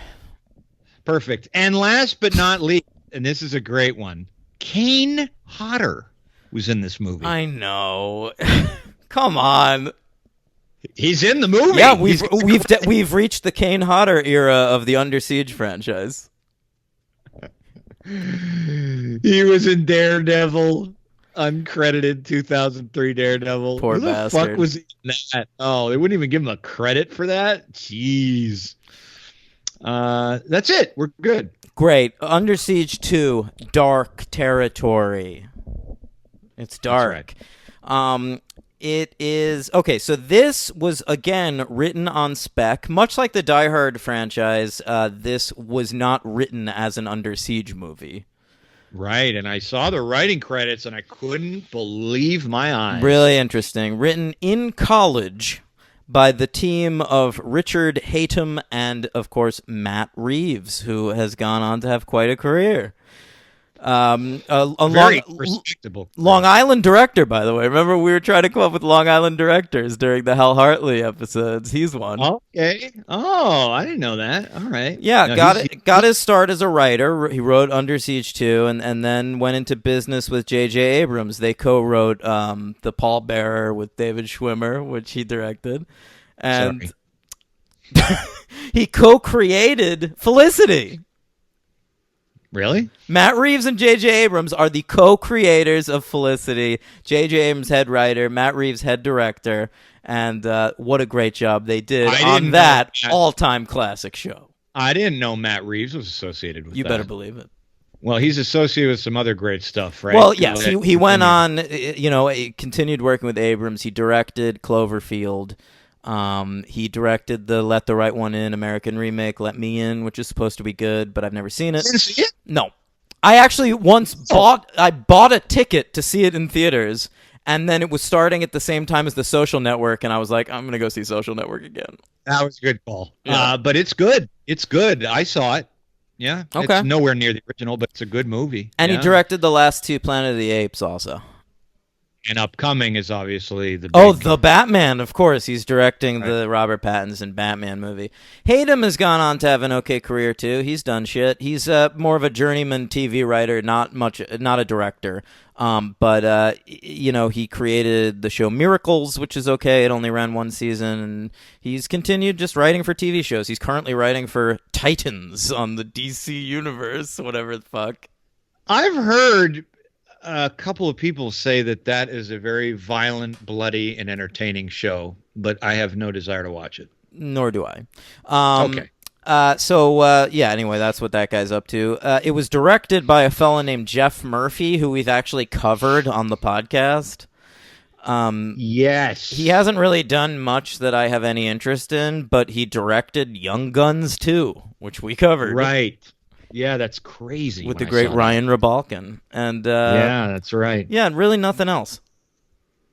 I got nothing else to say about Free this man. Jack. Free Jack. I remember when know, that came I out. know. Fucking Mick Jagger was in that. That was a big deal.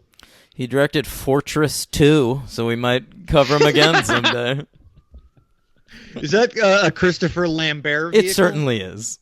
Oh, look at me. We could have covered All right. Christopher Lambert this week. It was between Under Siege and Mortal Kombat. That's true. That's true. He's in that. He played Oh. Raiden. This Raiden. movie came out. Anyway, they wrote it, and Warner Brothers optioned it as an Under Siege sequel. It was originally called Dark Territory, and they also considered the title End of the Line. Lots of train references. Sure. Next stop. That would be great. Last Stop. Last Stop's not bad. Yeah. Last stop. Everyone off. Listen, you got to get off of this train or the last stop is going to be you turning into a hamburger, a Casey Ryback burger. Who's the villain? Who's that villain? No, that was Seagal. Oh, you were being Seagal there? That was Seagal again. Yeah, I would You're think losing it. you'd know. No. This was released. Hey, you can be Bogosian. Can you do Bogosian? Yeah, it's just my own voice. He's just a Jewish guy. Hi, this is my Eric Bogosian impression. You got to be a little more angry. All right, it's slightly more nasal, and this is my Eric Bogosian impression. I don't does have know. my I favorite don't know what line. we're doing here. You imagine the level of intellect between. I just kept thinking about this during the movie. I was like, there's no way when the cameras weren't rolling that Bogosian was having any kind of conversation with Steven Seagal. There's Oh no! way. Come on, he's talking to Everett McGill the entire time. I do think he probably rewrote some of his own dialogue. The dialogue has a certain spark that's missing when anybody else is speaking. Oh, it's fucking hilarious. Yeah. I mean, he's got my favorite line in the movie What is it? He has one of my favorites. when the guy his ex-girlfriend is screwing the other CIA guy, and the CIA goes, "Is that what this is about?" And Bogosian's like, "Oh yes, I decided to fake my own death, hijack a train, hold 25,000 people hostage because I care because who you're fucking." Yeah, I like that too. I liked his whole speech. He gets on the captain's microphone, and he gets on the train loudspeaker, and he starts by saying, "This is your captor speaking." I thought that was very funny. I love him. All right, so Under Siege 2 Dark Territory was released July 14th, 1995, on a massive budget of $60 million, almost double what the last one cost. It made $104 million, which is, it's okay.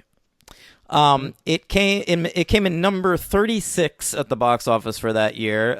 Speaking of speed, interestingly, number 35 was Sandra Bullock's The Net, and number 37 was Keanu Reeves's A Walk in the Clouds.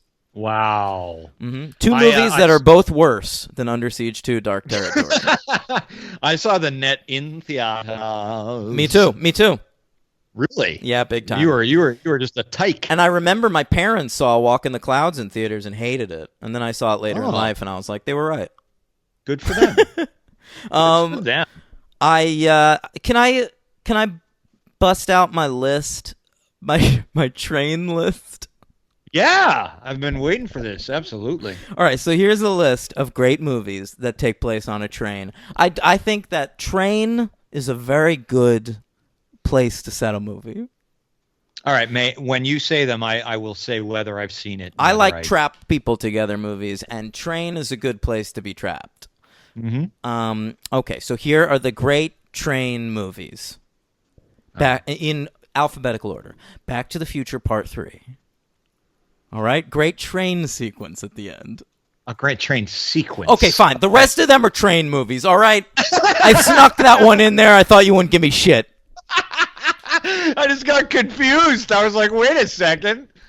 All right, All here right, they go are. ahead. Boxcar Bertha, I didn't see it. okay? Right. The Darjeeling Limited. It's a train movie. All right. Okay. How about this? Hitchcock has two great train movies. The Lady Vanishes. Yeah. She vanishes on a train. And Right. and Strangers on a Train. Strangers on a Train, I've seen. Yes. I think All right. Strangers on a Train is the better movie, but I think maybe the better train movie is The Lady Vanishes. I like the title, Lady Vanishes. That's a great title. Great title. All right, you've got any version of Murder on the Orient Express. Correct. All right? You've got Money Train. Money Train, right? Absolutely. The J-Lo vehicle. Woody, no, she's in it, but it's a Woody Wesley. Stop Yeah, it. no, you're right. It's a White Men Can't Jump reunion. Yeah, of course right? it is. And, of course, Wildcats reunion. You've got Snowpiercer. Ooh, good one. Thanks. Yeah. Yes. Oh, I just thought of two. If you didn't, keep All right, going. well, let's keep going. Yeah. The original Taking of Pelham 1, 2, 3. Train movie. movie. Great movie. Great movie. Yep. All right. How about this? A horror movie. Let me sneak it in. Terror Train. Didn't see it. Great movie. All All right. Then you've got the Strangers on a Train homage. Throw Mama from the Train. Oh, very good. Thank you. And lastly, but not leastly, maybe leastly, Tony Scott's Unstoppable. Oh, very good. That's a fun movie. Yeah. I like that movie. I got two that you didn't think of. All right, let's hear it. Train Right movies. right off the top of my dome, The Midnight Meat Train. I haven't seen that. Oh my God. Yeah. I felt like that made the rounds at the store. It certainly did, but I never Oh, got around okay. to it. Okay, all right. It's great. I've seen it multiple times. Vinnie Jones in that? Yes. Okay. And Bradley Cooper. Really? He's the star. Bradley Cooper. It's his movie. I did not know that. Yeah, dude. You think he'd make that today? Yeah. Right. And a movie I saw about a few months ago that I had heard a lot about and reluctantly watched turned out to be fucking great. And that is Train to Busan. Oh, okay. You've heard of that, right? Yeah. I've never seen it, It's though. excellent. It's excellent. It's an excellent zombie train movie. Fucking great. Hey, Henry? Yes. Just wanted to get another look at you. You can keep looking, but you're not gonna like what you find. I don't know. It's turning into, like, Chong.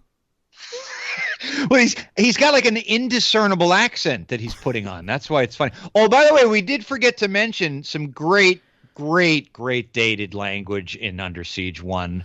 Oh, sure. Gary Busey gets to say the F word to mhm. now I know why you're a cook, because you hit like a Yeah. I wrote that down.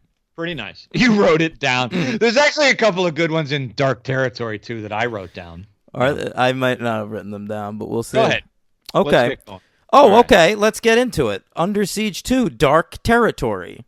I want to talk about some of the casting, just real Sure. quick. Sure. Do you know who isn't in this movie that auditioned? I might have read it, but I forget. Gary Busey. I didn't know that. Okay. Oh, no. This is unbelievable.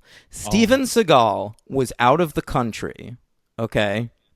And the producers of Under Siege 2 decided to offer one of the villain roles to Gary Busey, not remembering that he was in the first one.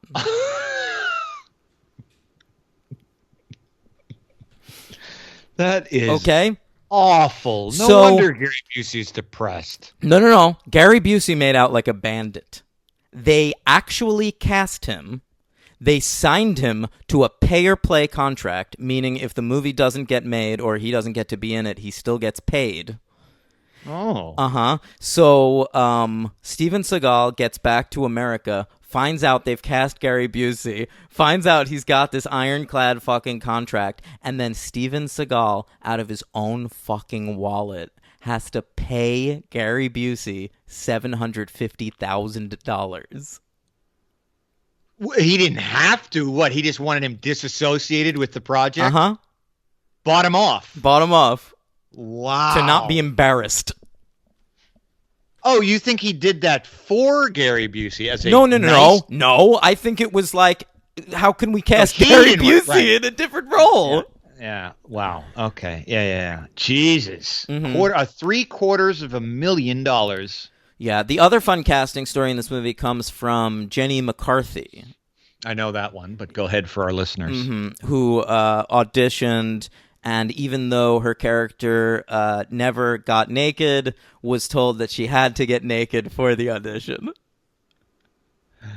Seagal said that to her. Seagal, of course. The Roger Ailes of movie making. That's Harvey Weinstein. Just take it off. Give it a twirl. Twirl. That's the Roger Ailes. That's right. All right. So let's see. Under Siege 2. We open in space. I'm like, huh? Yeah. I was dumbfounded. Yeah. I hadn't seen this since the theater, so 25 years. Quarter of a century later, we open on a satellite. I don't know what's going on. No, and it's like it appears to be stock footage at first of like a satellite, but then it's doing some weird stuff, so it cuts to like CGI. The CGI is ropey, but it's not as bad as I would have expected. It's pretty bad, though. I'm glad you pointed it out. Like, there's some shots of Seagal even in the fucking forest, like when he's on the top of the train and shit's whizzing by. And yeah. Some of the backgrounds are bad. Why are we green screening this shit? Didn't you get a stunt? No stuntmen will work with them. No, but I was actually impressed with how much practical stuff was done. You know, there were a lot of dummies in this movie. Anytime someone fell off of the train, it was never CGI. It was always a dummy, and I appreciated that. I love it. But I also think, hey, who knows? Maybe we were well beyond the point where stuntmen hated working with this motherfucker. So they probably were just like, looking for stuntmen when they couldn't find any. It's still Under Siege 2. I think they're getting stuntmen in this thing. Come on, Bogosian has like a huge crew, and the only people that ever get to talk are Bogosian and Everett McGill. So the other guys have to be stuntmen, except for that one lady, maybe. She's great, by the way. She's all right, yeah. She sort of reminded me of that girl in Aliens. Which girl? You know, on the team. Oh, the one you're obsessed with. Yeah, the Hispanic one. Jesus Christ. Why can't I remember her goddamn character name? What is it? Vasquez. Yeah, there you go. She reminded me more of like a silent, like, Die Hard with a Vengeance, like the blonde German woman, because she never talks, but she's like, you know what I mean? Here's a question. What's better, Under Siege, the first one, or Die Hard with a Vengeance? That's not even a question. Die Hard with a Vengeance, by far. I agree, but I think it might be better than every other Die Hard movie. Ooh. Nah, it's not better than Die Hard 2. I think it is. Under Siege is better than Die Hard 2. I think Under Siege is better than every other Die Hard movie after Die Hard with a Vengeance. Yeah, I mean, definitely. Well, you know, we praised one of the. Yeah, I like Live Free or Die Hard, but Under Siege is better. You're right. I think Die Hard 2 was better. But anyway, yeah, I see your point. All right, so Dark Territory, it's a space shuttle. It turns out that it's like a satellite technology. It's going to hone in on images on Earth. So obviously the first thing they do in the NASA control room is take a look at a sunbather's tits. We have the great... Meanwhile, there are women. There's a room full of scientists. And that's what happened, yeah. It's true. Admirals, generals, scientists, lots of men and women together. Let's zoom in on that. And by the way, we also get, I was happy for a change when I saw in the credits that Kurtwood Smith was in it. I was like, all right, what piece of shit is he going to play? And he actually plays a good guy. You don't see that in the movies. I know he's got, but he's still an official.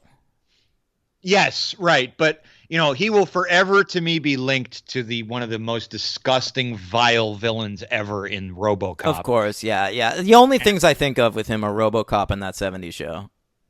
That 70s show for you, sure. That's what I knew. He had a TV career. He doesn't play a bad guy in that, though, right? He's like he's the main kid's. He's Topher Grace's dad, so he's like kind of a hard guy. He's an asshole. He calls him a dumbass a lot, but he's got a heart of gold. Of course he does. Yeah. He really loves his wife, Deborah Jo Rupp.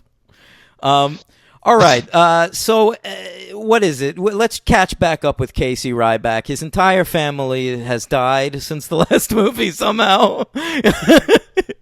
Both of his parents are dead, and his brother recently died. And so he's going to get custody of his 16-year-old, maybe younger. I don't remember if they say her age. I think 16. I but think it is. Yeah. His that's his brother and niece. sister-in-law died in a plane crash, and so that's why he's on a train. You know, it's funny. Every weird line of dialogue or every weird shot in this movie is setting up something later in the movie. So, like, to me, like, everything I was watching, every time anything stood out is like, why the fuck did they show that? It's always just, like, foreshadowing. I knew that when Katherine Heigl demonstrated that Aikido move, that would come in handy later. And when he's buying the tickets and they cut to the screen of the person who's like selling him the tickets, I was like, why are they fucking showing this? And it's just to show that it says on the screen Casey Ryback +1. +1. Yeah. You're right. That's very perceptive. I saw that at the time, and I saw it the second time, but I didn't correlate. I didn't go, oh, that's why they said it the first time. Yeah, you're right. Everything's setting up something. So right, they died in a plane crash so that they can take the train.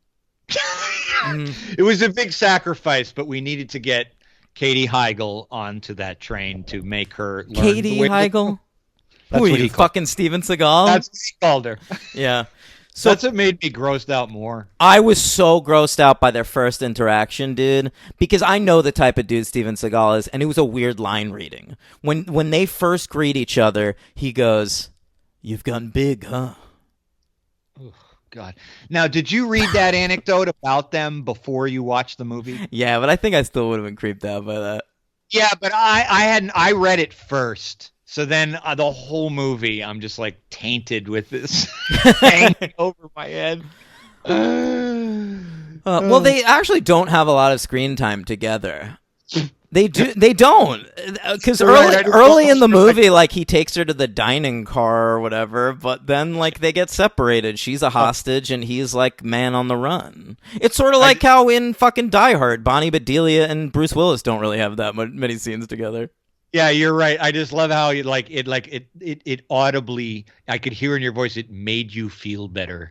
It made you feel better for Katherine Heigl to be like, you know what?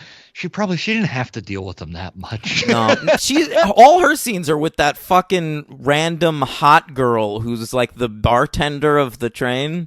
Yeah, and I assumed that was who Jenny McCarthy auditioned for.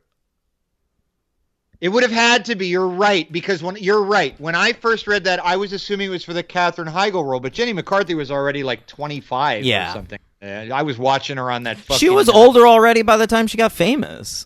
Yeah, I was watching... What was the show she did on Singled MTV? Out. Was that... Okay. Singled Out with Chris Hardwick hosting. Yeah. But there was one... I thought there was one before that. She had another show called like the Jenny McCarthy Show. It was a lot of sketch comedy about farts. Yeah. Yeah. Her whole shtick was like, did you know that women fart? Isn't that funny? Yeah, she was a card. She was all right. I love to tune into the New Year's Eve ball dropping every year because I get to see Jenny McCarthy make out with Donnie Wahlberg. Ooh, God. Every year. They really go at it at midnight. They suck. Are you face. for real? You don't know about this? No. Jenny McCarthy and Donnie Wahlberg, they are married, they are anti-vaxxers, and Jenny McCarthy is like one of the co-hosts of the Dick Clark New Year's Eve Rockin' Eve every year now. I want that. Okay. Yeah. So at midnight every year, she plants herself near the crowd where Donnie Wahlberg is waiting for her, and they fucking suck face. That's wonderful. That's wonderful. It's great. I think Jenny McCarthy, I think MTV, I think once married to Jim Carrey. I don't... Jenny McCarthy was not married to Jim Carrey. She was with him. Lauren Holly was married to him. I know that, but Jenny McCarthy and Jim Carrey were an absolute item. Oh, I kind of do remember that. For a couple years, actually, in like the 2000s. I feel like when Jim Carrey made like Bruce Almighty, he was dating her. Sure. Yeah. We get Morris Chestnut. I was excited to see Morris Chestnut. I think this is the earliest Chestnut appearance I've seen. I think this might be the only movie I've ever actually seen him in. That's crazy, man. You never Is saw that- what? Is that possible? Yeah, because he's more of a TV actor. He works on television fucking constantly. He's on that show The Resident right now with Glenn Morshower. Fucking Under Siege. Well, I guess it's different Under Siege movies. That's right. They have it in common. Yeah. Right. But Chestnut, he's going beardless in this, which was interesting. He usually has facial hair. He looks very young. He's playing a porter on the train who's hitting on Heigl. He play. I felt bad because it's a very very early mid 90s black role. You know what it is? It's the dude who's the driver in Die Hard. Oh yeah, Argyle. Argyle. That's the role it is. He's playing Argyle. You're absolutely right. Yeah. Yeah. So he's running around. He's joking. He's joshing around. He said in an interview that Seagal would rewrite a lot of their dialogue. Yeah, that's great. I read that. I'm sure. And then when you think about any scene they have together, absolutely makes sense because he's always the butt of the joke, and Seagal's always shutting him up, and it makes perfect sense. You never saw Chestnut and the Brothers? No. That's my favorite. Can I talk briefly about the Brothers? Absolutely. There was this cottage industry in the late 90s, early 2000s of like black people, like one of their friends is getting married and we're all going to reflect about that. Yeah, how Stella got her groove back. Yeah, that Wood. Era. The Wood was another one. Yep, that era. But the Brothers, The Wood was actually the best movie of those movies, but the Brothers had my favorite trailer. It was a black guy doing the trailer, which was super rare at the time. Yeah. And they really had him go for it on the title. So like the whole trailer is pretty normal, and then at the end this dude goes, "Coming soon, The Brothers." I fucking love it. Look it up, gang. It's probably on YouTube. The Brothers trailer. The Brothers. Oh no! I still think about that. I gotta watch that. You do. Amazing. All right, so they get on this train. Seagal brings Heigl to the dining car, and they are. He asks for the strongest thing they've got, and he gets Puerto Rican rum. And one thing I thought was weird, they let him into the kitchen. Totally noticed that too. What the fuck? Because it's Heigl's birthday coming up, and so he's gonna make her a cake. But like, what fucking guy on a train is able to just like go up and be like, I gotta make this cake. Can you let me in your kitchen? Especially some 6 foot fucking guy dressed head to toe in black with his hair slicked back. It's like, who just like, oh yeah, come on in, buddy. Because we're also told that we're shown actually rather, right? He owns a restaurant now. He's a real chef. Yeah, he's a restaurateur. Yeah. And he gets on there. He's making a cake. By the way, speaking of him wearing all black, here's my favorite piece of IMDb trivia about Under Siege 2. It's so cold-blooded, Henry. Ooh. Listen to this. This is how it reads on IMDb. During this production, Steven Seagal started wearing a girdle to contain his stomach. This was apparently a temporary fix, as he intended to lose the excess weight eventually. This has not occurred. Oh! Who inputs stuff to IMDb? I think just random people, but that guy's a genius. That is a genius. This has not occurred. That's going to be a recurring phrase on this show. This has not occurred. Oh my God. I didn't know it was random people on that. I thought IMDb was like run by like some people. I didn't know that. It's crowdsourced. It's just like Wikipedia. Yeah, it is. So Seagal is he's baking the cake. He seems to just be stirring. There's a weird scene where he's stirring something in a bowl, and he says, "I would be stirring this better, but the train keeps, jostling." Yeah, he makes a lot of emotion in that line. I know exactly the line you're talking about. And then he puts it in the microwave, and I'm like, I don't think that's how you make a cake. He puts everything in the microwave. That's what he did in the first movie, too. I know. I have no evidence that this guy can actually make anything. Well, to There's be a fair, he great- had pies in the oven in the last one. And pies in the my pies in the oven.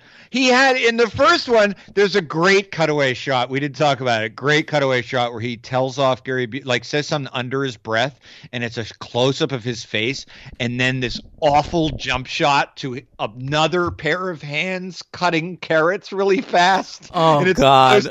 him, but you know it isn't. It's like, get out of here. There's a few scenes where he's walking around the kitchen in the first Under Siege giving directions, and they're clearly ad-lib. Like, he walks by like some guy, he's like, maybe some more spices or something. God, he's like Rocky Balboa reading fucking poetry in the kitchen. That's what he is. He can't cook. Yeah, I smell mainly. What do you want us to do? You want us to smell mainly? Are you going to do that bad or fucking right? So it's Eric Bogosian is your main villain. And he's got sort of a very similar backstory to Tommy Lee Jones in the last one. He's like a dude who used to work for the government who like went bad. Yeah, but he's great. He really is great. I was looking forward to this movie because I was at least thinking Eric Bogosian's in it. He'll give me something. He does. Do you think he appeared in this movie to finance Suburbia? That's a great question. And obviously, yes, obviously. I mean, why not? Yeah. We just came off of him fresh off of Uncut Gems, and I was just remembering how great he was in that. And he's just so good in this too. And such an unlikely villain for 1995 in a Steven Seagal movie. Like I have to credit. We've always hated Jews. I'm not disputing the fact that Uh-huh. yeah, no, but to pick him, that's a very that's an out of the box choice. It is. You know, they figured they needed a henchman, so they cast Everett McGill. But even that's an out of the box choice. Like they could have gotten like some random huge guy like Sven-Ole Thorson or something. Yeah, but like but they cast Everett McGill from Twin Peaks. Sure, that's weird too. But he looks the part, you know. I mean, He does, and he's got bleached blonde hair in this movie. It's extra creepy, extra scary, and I think that it is interesting to pick Bogosian because this is one of those really weird villain choices. I mean, we've come across this here and there, but it's almost like in a certain way how they picked like in 88 they picked, or 87 would have been, where they picked like a kind of a theater actor British guy to play Hans Gruber. Right, but they wanted the villain in this movie to be more verbal, clearly. Yeah. So they cast a guy, Bogosian, who's a playwright. He's got the gift of gab, and they sort of let him yap anytime he's on screen, and it works. Yeah, it does. It Yeah. does. No, honestly, it elevates the movie. Like this movie's not that great. It's got some fun action and it's a silly story, but there are certain good decisions they made that I think elevate it, and that's one of them. A lot of it's the casting, to be honest. I think Katherine Heigl's really charming in her role. She's like She is. She's always been good. I agree. Even if you go watch like My Father the Hero, like that's a creepy as fuck movie, but like she's awesome in it. I was impressed with her in this. I mean, we've seen so many fucking hundreds and hundreds of terrible teenage actors on this show, and she was really already very. It's good. not a fucking coincidence that her career took off. Yeah. Would like to point out one of the lines I wrote down, and happens towards the beginning of the movie when the terrorists first take over the train. They're trying to herd everybody to the back. Mm-hmm. And a grandma and this little girl are huddled together, and the girl cries. And one of the terrorists, I fucking know exactly what you're talking about. He calls her a bitch. he says, "Tell that bitch to shut up, or I'll shut her up." It is so weird hearing a little girl called a bitch. I was like, Jesus, dude. And I was kind of thinking, like, man, literally, I'm like entering the universe of Under Siege 2 Dark Territory, and I'm thinking, maybe the grandma thought it was at least to her, and he's calling the grandma a bitch. That'd be better. But it's such an interesting line. Like, I wonder if Matt Reeves wrote that. Like, a normal writer would write, like, shut that fucking kid up or something. Yeah. Bitch is such an interesting word. It's so bizarre. And then towards the end of the movie, when we're in the mountains, kind of fucking around We're in the not bush. quite there yet, but go ahead. No. But there's one of the terrorists. I'm at least glad to let him talk with this type of drawl. but he tells Morris Chestnut to drop the gun or he will shoot his sorry black ass. Yeah, well, that was a thing we did. Wow. Mm-hmm. Yeah, but it's 95. Oh, man. come on. 95, we're still fucking pointing out the ethnicity of anybody that's on screen. I mean, even in this movie, like, when Heigl shows Chestnut that she knows a little karate or whatever, Chestnut's immediate reaction was like, I do a little karate myself, like this. Wah! He does that bullshit. Speaking of a movie that I am going to watch in its entirety, I caught a little bit of a couple of movies today. Obviously, I said Living in Oblivion. I know you've never seen Hollywood Shuffle. No. Right? It was on today. That movie is fucking brilliant. And it has an entire 15-minute segment that he has called Hollywood Black Acting School. And it is fucking hilarious. And that shit is 1987. And it just made me think of this movie. And I was that you got to see Hollywood Shuffle. Okay. Put it on your list. All right. Ooh, almost supplanted a belch there. That was with my not. voice. How dare you? I've never burped on this podcast. You have. I'm not denying. I can't help it. It's a reflux. Reflux. So what do we got? Bogosian, yeah, they're putting in codes. They're getting a hold of this satellite. I'm not really sure why they're on a train. My brain kept trying to, like, make sense of the movie, but, like, you just have to sort of accept, like, they're on a fucking train, and they're trying to, like, kill the East Coast. Yeah, because Bogosian wants $1 billion, like Dr. Evil, although he wants $1 billion. And because he's Jewish. What is he's greedier? He asked for a bigger number because he's Jewish. No, honestly, that's what they're thinking. Oh my God. He's got one guy who's like $1 billion. It's a lot, and he goes like, "I got people to pay off. I got bills." Say all of a sudden he sounds like Gilbert Gottfried. I'm hosting a Seder at my house this weekend. I need $1 billion to buy all that matzah brei. What do you want? I have a lot of people over. He's turning a lot of boys, a lot of shiksas, a lot of goys, a lot of boychicles. Under Siege 2 by Elia Kazan. No, he says but he starts killing people anyway. That's what kind of doesn't make that's what makes it confusing, because he threatens to nuke China, a part of China, and then he just does it anyway. He nukes a chemical plant, and then a guy offers him $100 million to kill his ex-wife on an airplane. He does that too. So it's like, what's left? The Pentagon. Well, he says he's gonna take out the entire East Coast. Yeah, but he directly threatens the Pentagon because there's a lot of showing maps and then being like, and this is what'll America look like after we attack.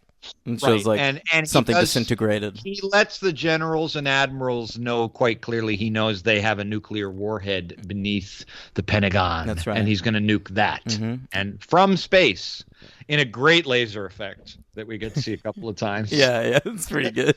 Which isn't much better than Austin Powers, by the way, when he uses his thing in outer space. No, Austin Powers looks better than this movie.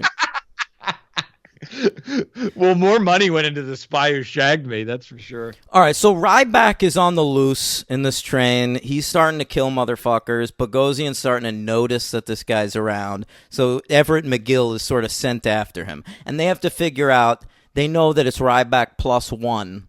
And so they have to figure out who his plus one is among all the people. They go into his computer. They find his like home computer at one point. Do you remember that? They like go onto his desktop. Onto Ryback's? Yeah. They find that little thing that he kind of created and he has hanging. No. This is not that. He does that so he can use the phone. But he's got another thing where they're trying to figure out who he is, and this is when they find out he's like a Navy SEAL. Because they go into his computer, and he has 2 folders in his computer.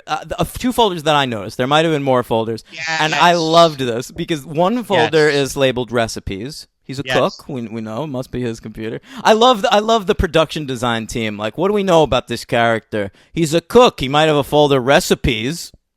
You got to feel bad for the production design team. They got nothing to work with. They got plenty to work with. I know what you're going to say next. What else is in that? So folder? the next one says Ryback's tactics. Just in case anyone ever breaks in. Yeah. It's not coded or anything, but just my tactics. Nothing's fucking coded in this movie. Under Siege 2 might have changed the way the government does things. Because the codes are so easy in this movie. I wrote down a few of them. Early on in the secret military base, someone puts in a password, Henry, and it's really quickly. You're not supposed to notice what it is. It's the number 69. Get out of here. And nothing else. He just types in 69 and he gets into a secret government thing. Look at you, doctor observation over here. And Wow. there's another moment where they say, but he can't get access to the nuclear warheads. You'd have to type both codes simultaneously. Right. And Bogosian gets the computer and he fucking does it. It's a cool shot of both of his hands moving real fast. He's like really rapid fire typing. Yeah. Now in like modern movies, you always see it's like you both have to press it at the same time on different sides of the room. You know what I mean? Yeah, I do. All right, you're right. Yeah.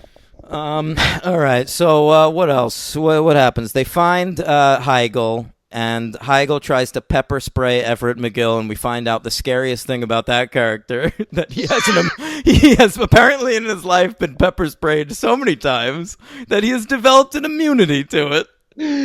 Which begs the question twofold. Is he the most prolific rapist of all time? Or exactly. Or has the Marines just trained him to this point where he can tolerate anything in his eyes? Right. Is that a thing like when the military teaches think you it had is. to succeed at a lie detector test? Well, it is. I think that in certain police departments they insist they mace you so you know what it's like to be maced. Really? Yes. That seems not great. No, but I believe absolutely that's not some clandestine thing. They do that. Yeah. Anyway, I would opt for the former suggestion that he's just approached so many women and probably unsuccessfully. So he's been maced. He doesn't even try after that. I feel like he's a lazy rapist now. He probably just goes up to women and is like, "Listen, I'm gonna rape you right now," and then he accepts the pepper spray and he just goes about it. Or he walks away. And he's just This guy has never had sex without pepper spray in his eyes. No. This has not occurred. So Seagal gets a hold of this CD That was great. because it's 1995, and love they that. need this CD to get the nuclear warheads going. So they gotta find Seagal and get this CD from him. Meanwhile, this CD goes through like 10 firefights. He's jumping off of trains. They find it on the gravel next to the train, and it works perfectly. No, but it's 1995, and I would take a CD out of a case in wrapping, and it wouldn't work. It's 1995, and I get the fucking I buy the new Green Day CD. You know, I hold it wrong. Insomniac.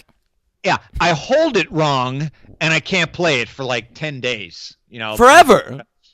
and I got to go out and buy the CD cleaner, which never works. You know, one of the did I say on the podcast that everyone I got in a fist fight with in high school fucking That was to me. that was just to Friday, you. so go- Everyone I knew, and I got into fistfights with two guys in high school, and they were both huge fans of the Boondock Saints. And so off air, I was saying that's the type of person that likes that movie.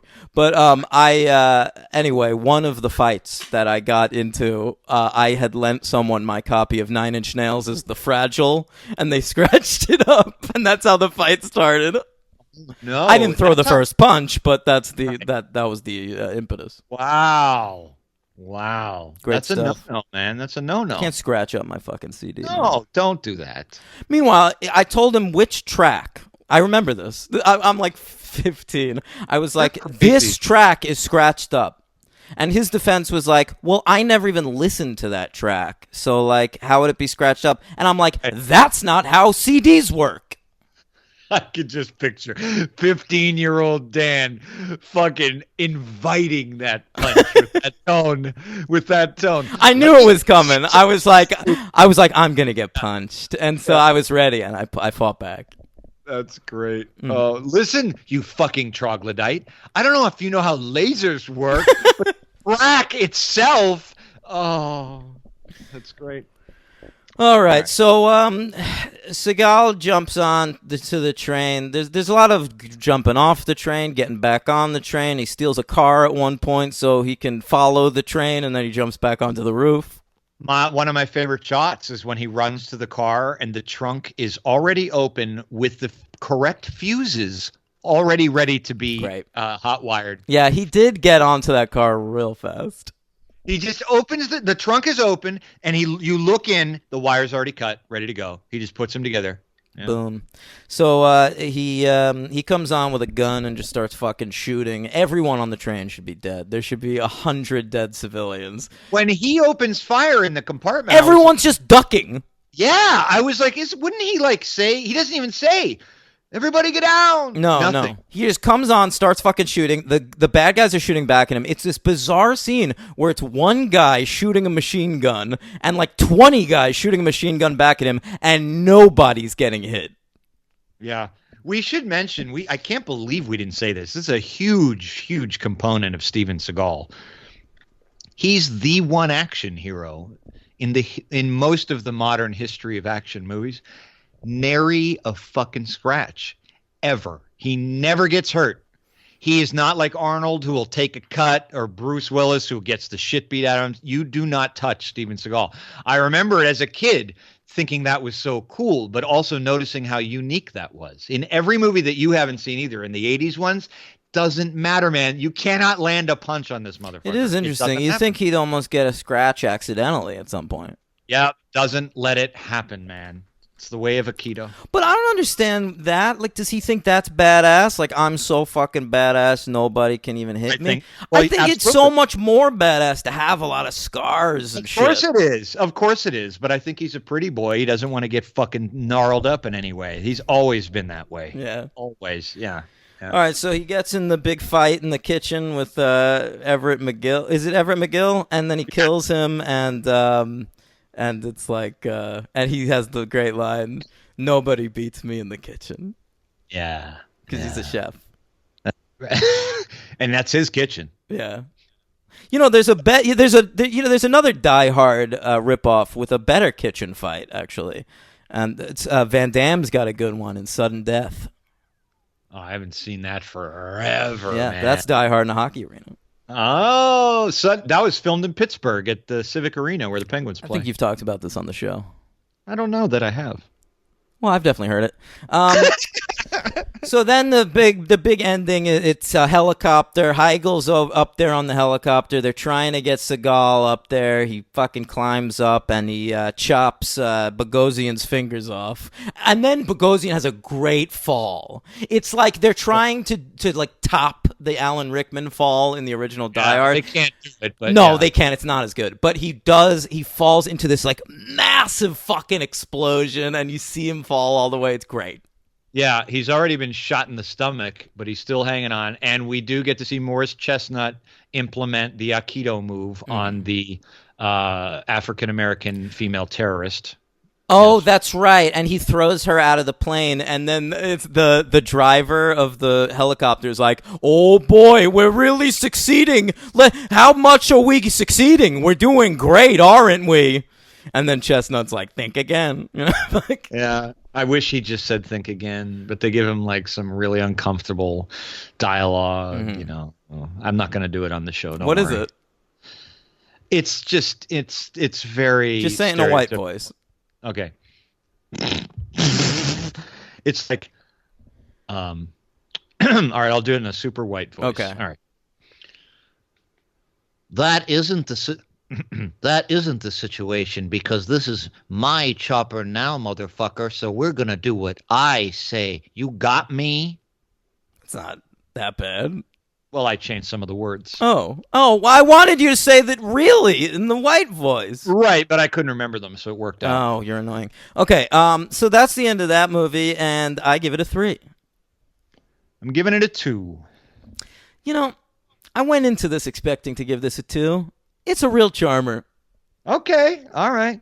I kind of went into this thinking I'd give it a 3, and it's just not quite there. I've thought about it Really? since I watched it. Like, wow, what a I- fun movie that was. Under There's Siege 2. Not enough space in my head this weekend for it. I just saw Terrence Malick's movie. I saw Jennifer Dent's movie. Those movies are in my head. This one left. I don't Left know. For sure, like, I never bothered to watch this movie, and now I feel like next time in a few years when it's time to watch Under Siege again, I'm also going to watch this again. You're going to definitely throw it in there. Yeah. All right. I will not. I'm sure I'll see Under Siege again in my life, maybe. But I mean, it did kind of make me want to watch his other movies. But then I really got wedded to this image that I now have of Steven Seagal that I'll never shake. You know. Yeah. I'm sorry. I can still watch. I love Seagal movies. There's still a few that I gotta see from that. You got to early see Hard to period. Kill. Then. Yeah, for sure. Got to see that. Yeah. All right. Who's your MVP? Eric Bogosian. Yeah, I was between him and Heigl, but it's got to be Bogosian. Who's your LVP? Steven fucking Seagal. It's a lazy Seagal performance. Ian, I'm not just doing that. No, for you're him. right. You got to give it to Seagal on this one. He's pretty bad.